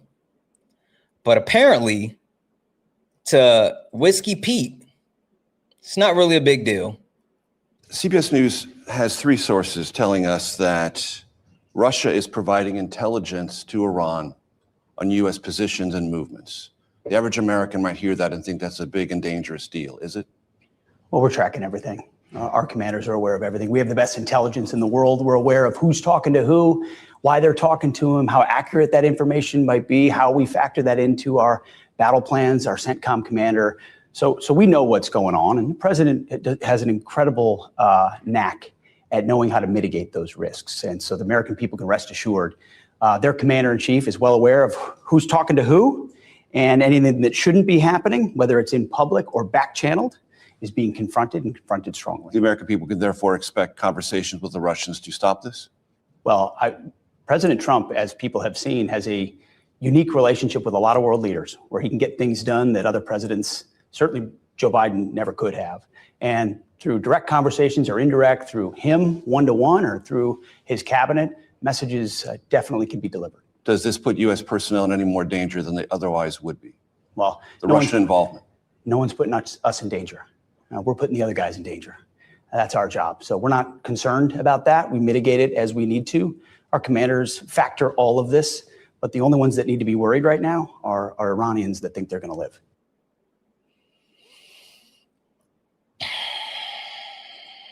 This is what happens when you put a TV personality at the head of the Department of Defense. That's what happens. That's literally what happens when you put a TV personality in charge of the Department of Defense.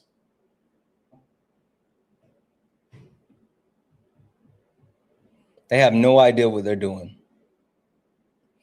They have no idea what they're doing. Now, not only do they have no idea what they're doing internationally, but they have no idea what they're doing domestically. Now, one thing that I talked about yesterday was the jobs report that came out. And guys, it fucking sucked. And not only did it fucking suck, but it's completely wiped out any type of gains that we've had within the stock market, which, remember, Pam Bondi was like, oh, the Dow's over 5,000 or 50,000. That was her whole thing, right? Remember, the Dow was over 50,000? Well, as of yesterday, what happened in the stock market? Over $800 billion worth of gains were wiped out. Over $800 billion in gains were wiped out in one day. These are all the companies that took massive hits in the stock market. But yet, you know, hey, they're winning. They're winning, right? I mean, Donald Trump said that this is the golden age of America.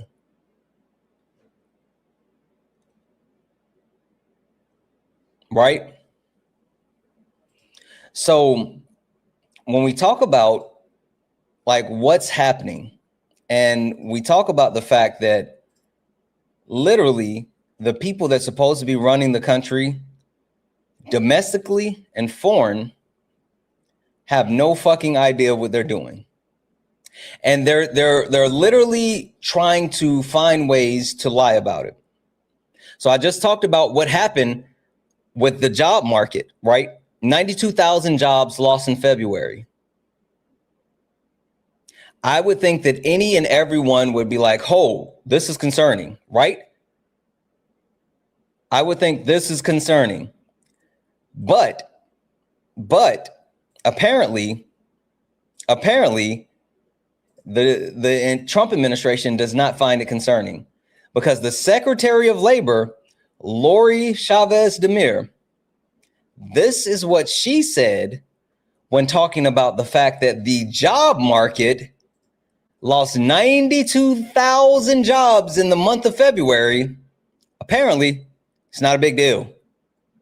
Madam Secretary, 92,000 jobs out in February. Fewer jobs in healthcare, fewer jobs for information services because of AI. The weather hurt things, government employment down. If you add it all up, it doesn't look good for the Trump economy.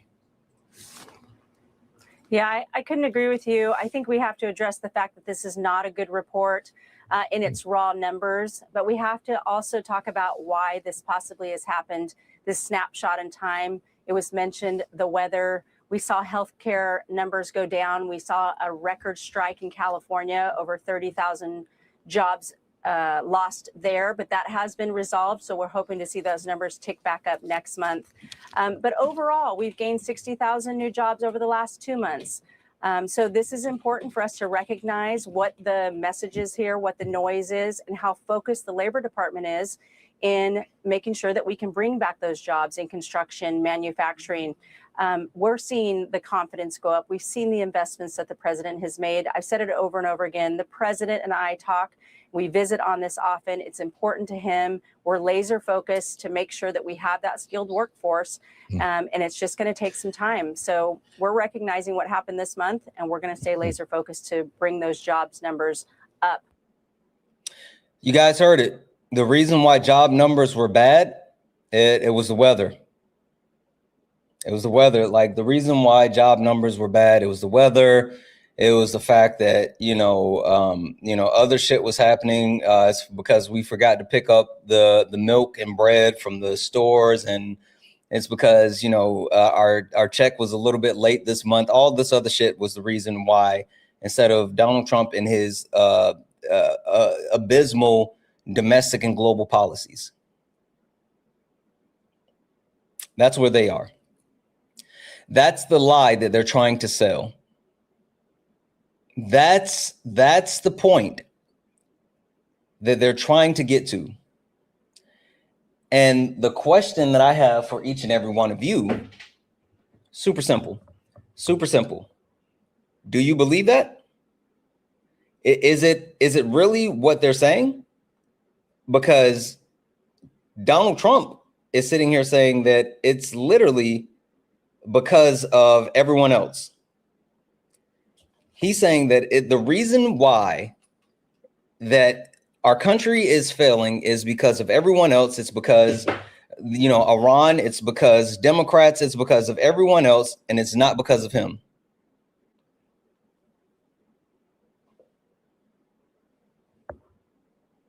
Maybe I'm tripping. And also I'm willing to admit that maybe I am tripping, right? Because I like to look at things as the way they are. 1 second here. 29. I like to look at things as the way they are. I'm having trouble connecting to the internet. Take a look at the So, section in your Alexa app. Shut up. One last thing that I want to make sure that people know is that Donald Trump, while he is making excuses for what's happening around the globe, he's also making excuses for the loss of American soldiers' lives. Donald Trump's good with it. Donald Trump is good with Americans dying. I'm not making that up. Donald Trump is good with it. Manner than they thought they'd be coming home. But they're great heroes in our country, and we're going to keep it that way. There's always, when it comes to war, there's always that. But we're going to keep it to a minimum, I think, Pete, and going to be a service that we're really providing, not for the Middle East, but for the world. These were sick people, very sick people. Donald Trump is justifying the loss of American lives, American soldiers, because it's necessary. Right? That's what he said. That's the justification. It's necessary. One thing that I want to call to every single person's attention, especially MAGA Trump supporters, anyone that doubted any of this, we told you so. We literally told you this was going to happen. We literally said that Donald Trump and this administration, if you give them power again, they were going to fuck us over. And you didn't want to believe us because you didn't know how shit worked. You didn't understand what causes gas prices to rise. You didn't understand that inflation was a global thing. You didn't understand that your life was better under the first Trump administration because of the policies that Barack Obama put in place. You thought it was all because of your mango messiah. But you know who absolutely knew that it wasn't because of Donald Trump, and who absolutely warned you, all of us? You know who warned everyone? So let me just say, I predicted a lot about what's happening right now.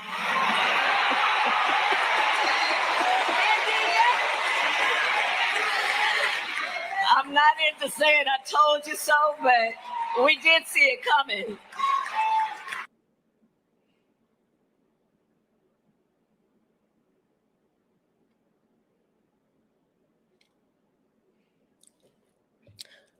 That's what we call a mic drop by Kamala Devi Harris. That's what we call a mic drop. She literally warned the world that this was going to happen. And stupid people, racist, misogynistic people, selfish people, all of them said, this lady laughs funny. Word salad. I don't understand what she's saying. And that was the reason why they decided to give our country to an authoritarian who wants to be a dictator. That's it. The reason why we are where we are today, and the reason why our country is at war again in the Middle East, why the stock market has taken multiple hits, why the job market is taking multiple hits, why Americans are literally being shot in the face, and why we are overwhelmingly ostracized by the entire world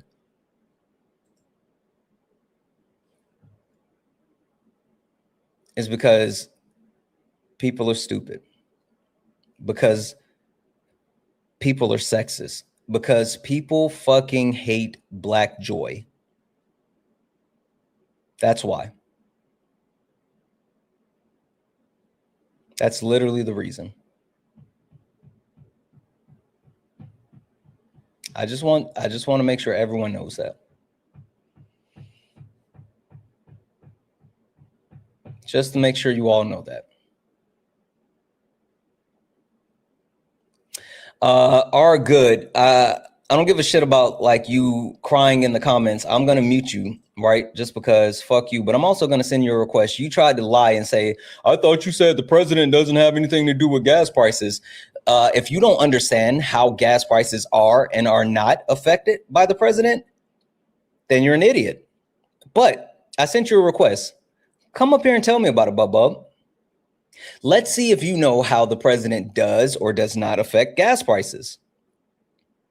Because no, a president cannot raise nor lower gas prices. But the president can do stupid shit like start a war with Iran where they shut down the Strait of Hormuz where 20% of global oil production travels through, which increased the price of oil per barrel, you fucking idiot.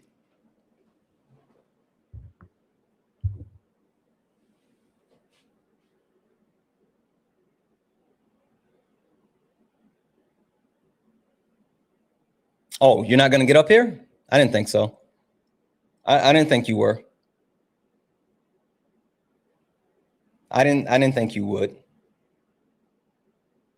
Yeah. Yeah. Anyway, guys, really quick, W's in the chat for Mocha67 sent a $18 donation. Drinks, the drinks for Miss Santana will need, yeah, she will need a drink. We are gonna have like some libation this evening for sure. We are absolutely gonna get some libation.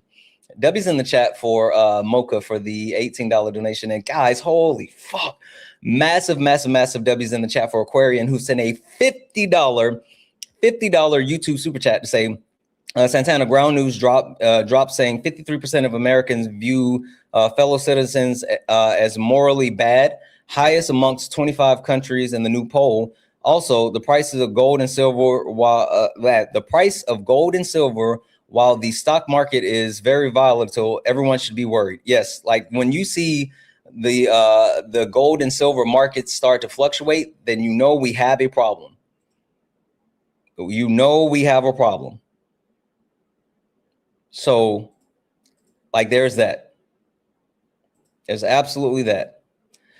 All right, guys. I'm gonna get out of here. I'm calling it a little bit early. We're doing a 3-hour stream instead of a 4-hour stream, just because I said we got some other stuff that I'm gonna be doing later. But I'm not like officially going off into the ether for the rest of the day. I think I'm gonna hop over on Twitch really quick. Currently, we have 976 followers over on Twitch. If you have not followed me on Twitch, Santana Speaks 24, Santana Speaks 24 over on Twitch. Give me a follow over on Twitch. I'm gonna hop on the 6 here soon. I'm gonna be gaming. Follow me over on Twitch. Also, follow me over on YouTube. Santana Speaks over on YouTube. Follow me on YouTube. Follow me on Instagram as well. I'm gonna do an Instagram live today. Just a solo Instagram live. Santana Speaks 24. I'm doing a solo Instagram live today as well. So make sure you guys check out me on all of those places. Follow me on Blue Sky. I've been trying to post more to there. W's in chat for Tess for the $25 donation, saying you look like you need to scream obscenities or have a drink. Your choice on me. Love you, friend. I love you so much, Tess. And that $25 will absolutely go towards dinner, drinks, and a movie. That $25 will absolutely go towards dinner, drinks, and a movie, because we're going to have food, we're going to have drinks, and then we're going to have snacks at the movies. You got to get snacks at the movies. W's in the chat as well for Dunbar INC, who just followed me over on Twitch. W's in the chat for you. W's in the chat for you. Joe, you're in the queue. What does that mean to me? Wait, Joe said that he's in the queue. Oh, guys, hold on. We can't do what we were about to do because Joe is in the queue. Give me a second. I apologize, Joe. Guys, sorry. Joe is in the queue. We got to make sure that we get Joe up here. That is holy smokes, Joe. I didn't realize that you were in the queue. If so, I would have brought you right up. How are you, Joe? I was in the queue for 10 minutes. Oh, okay. I'm sorry. I was kind of monologuing. How are you, Joe? Good. Watching Kick. You think we give a fuck that you were in the queue, Joe? You think anybody cares about that? Fuck out of here.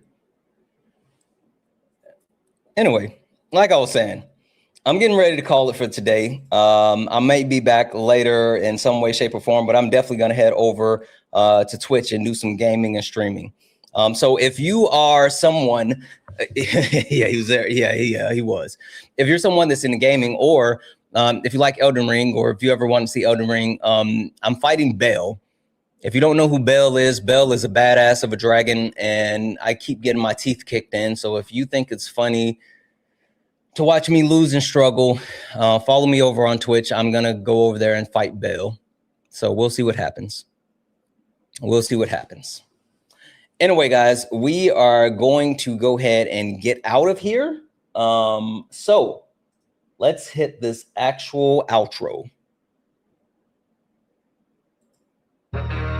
You stepped in a box, now you're in the ring. Ain't no hugs here, you better take your best swing. Mike Hot, who wanna step in the flame? This ain't a debate, this a mind game.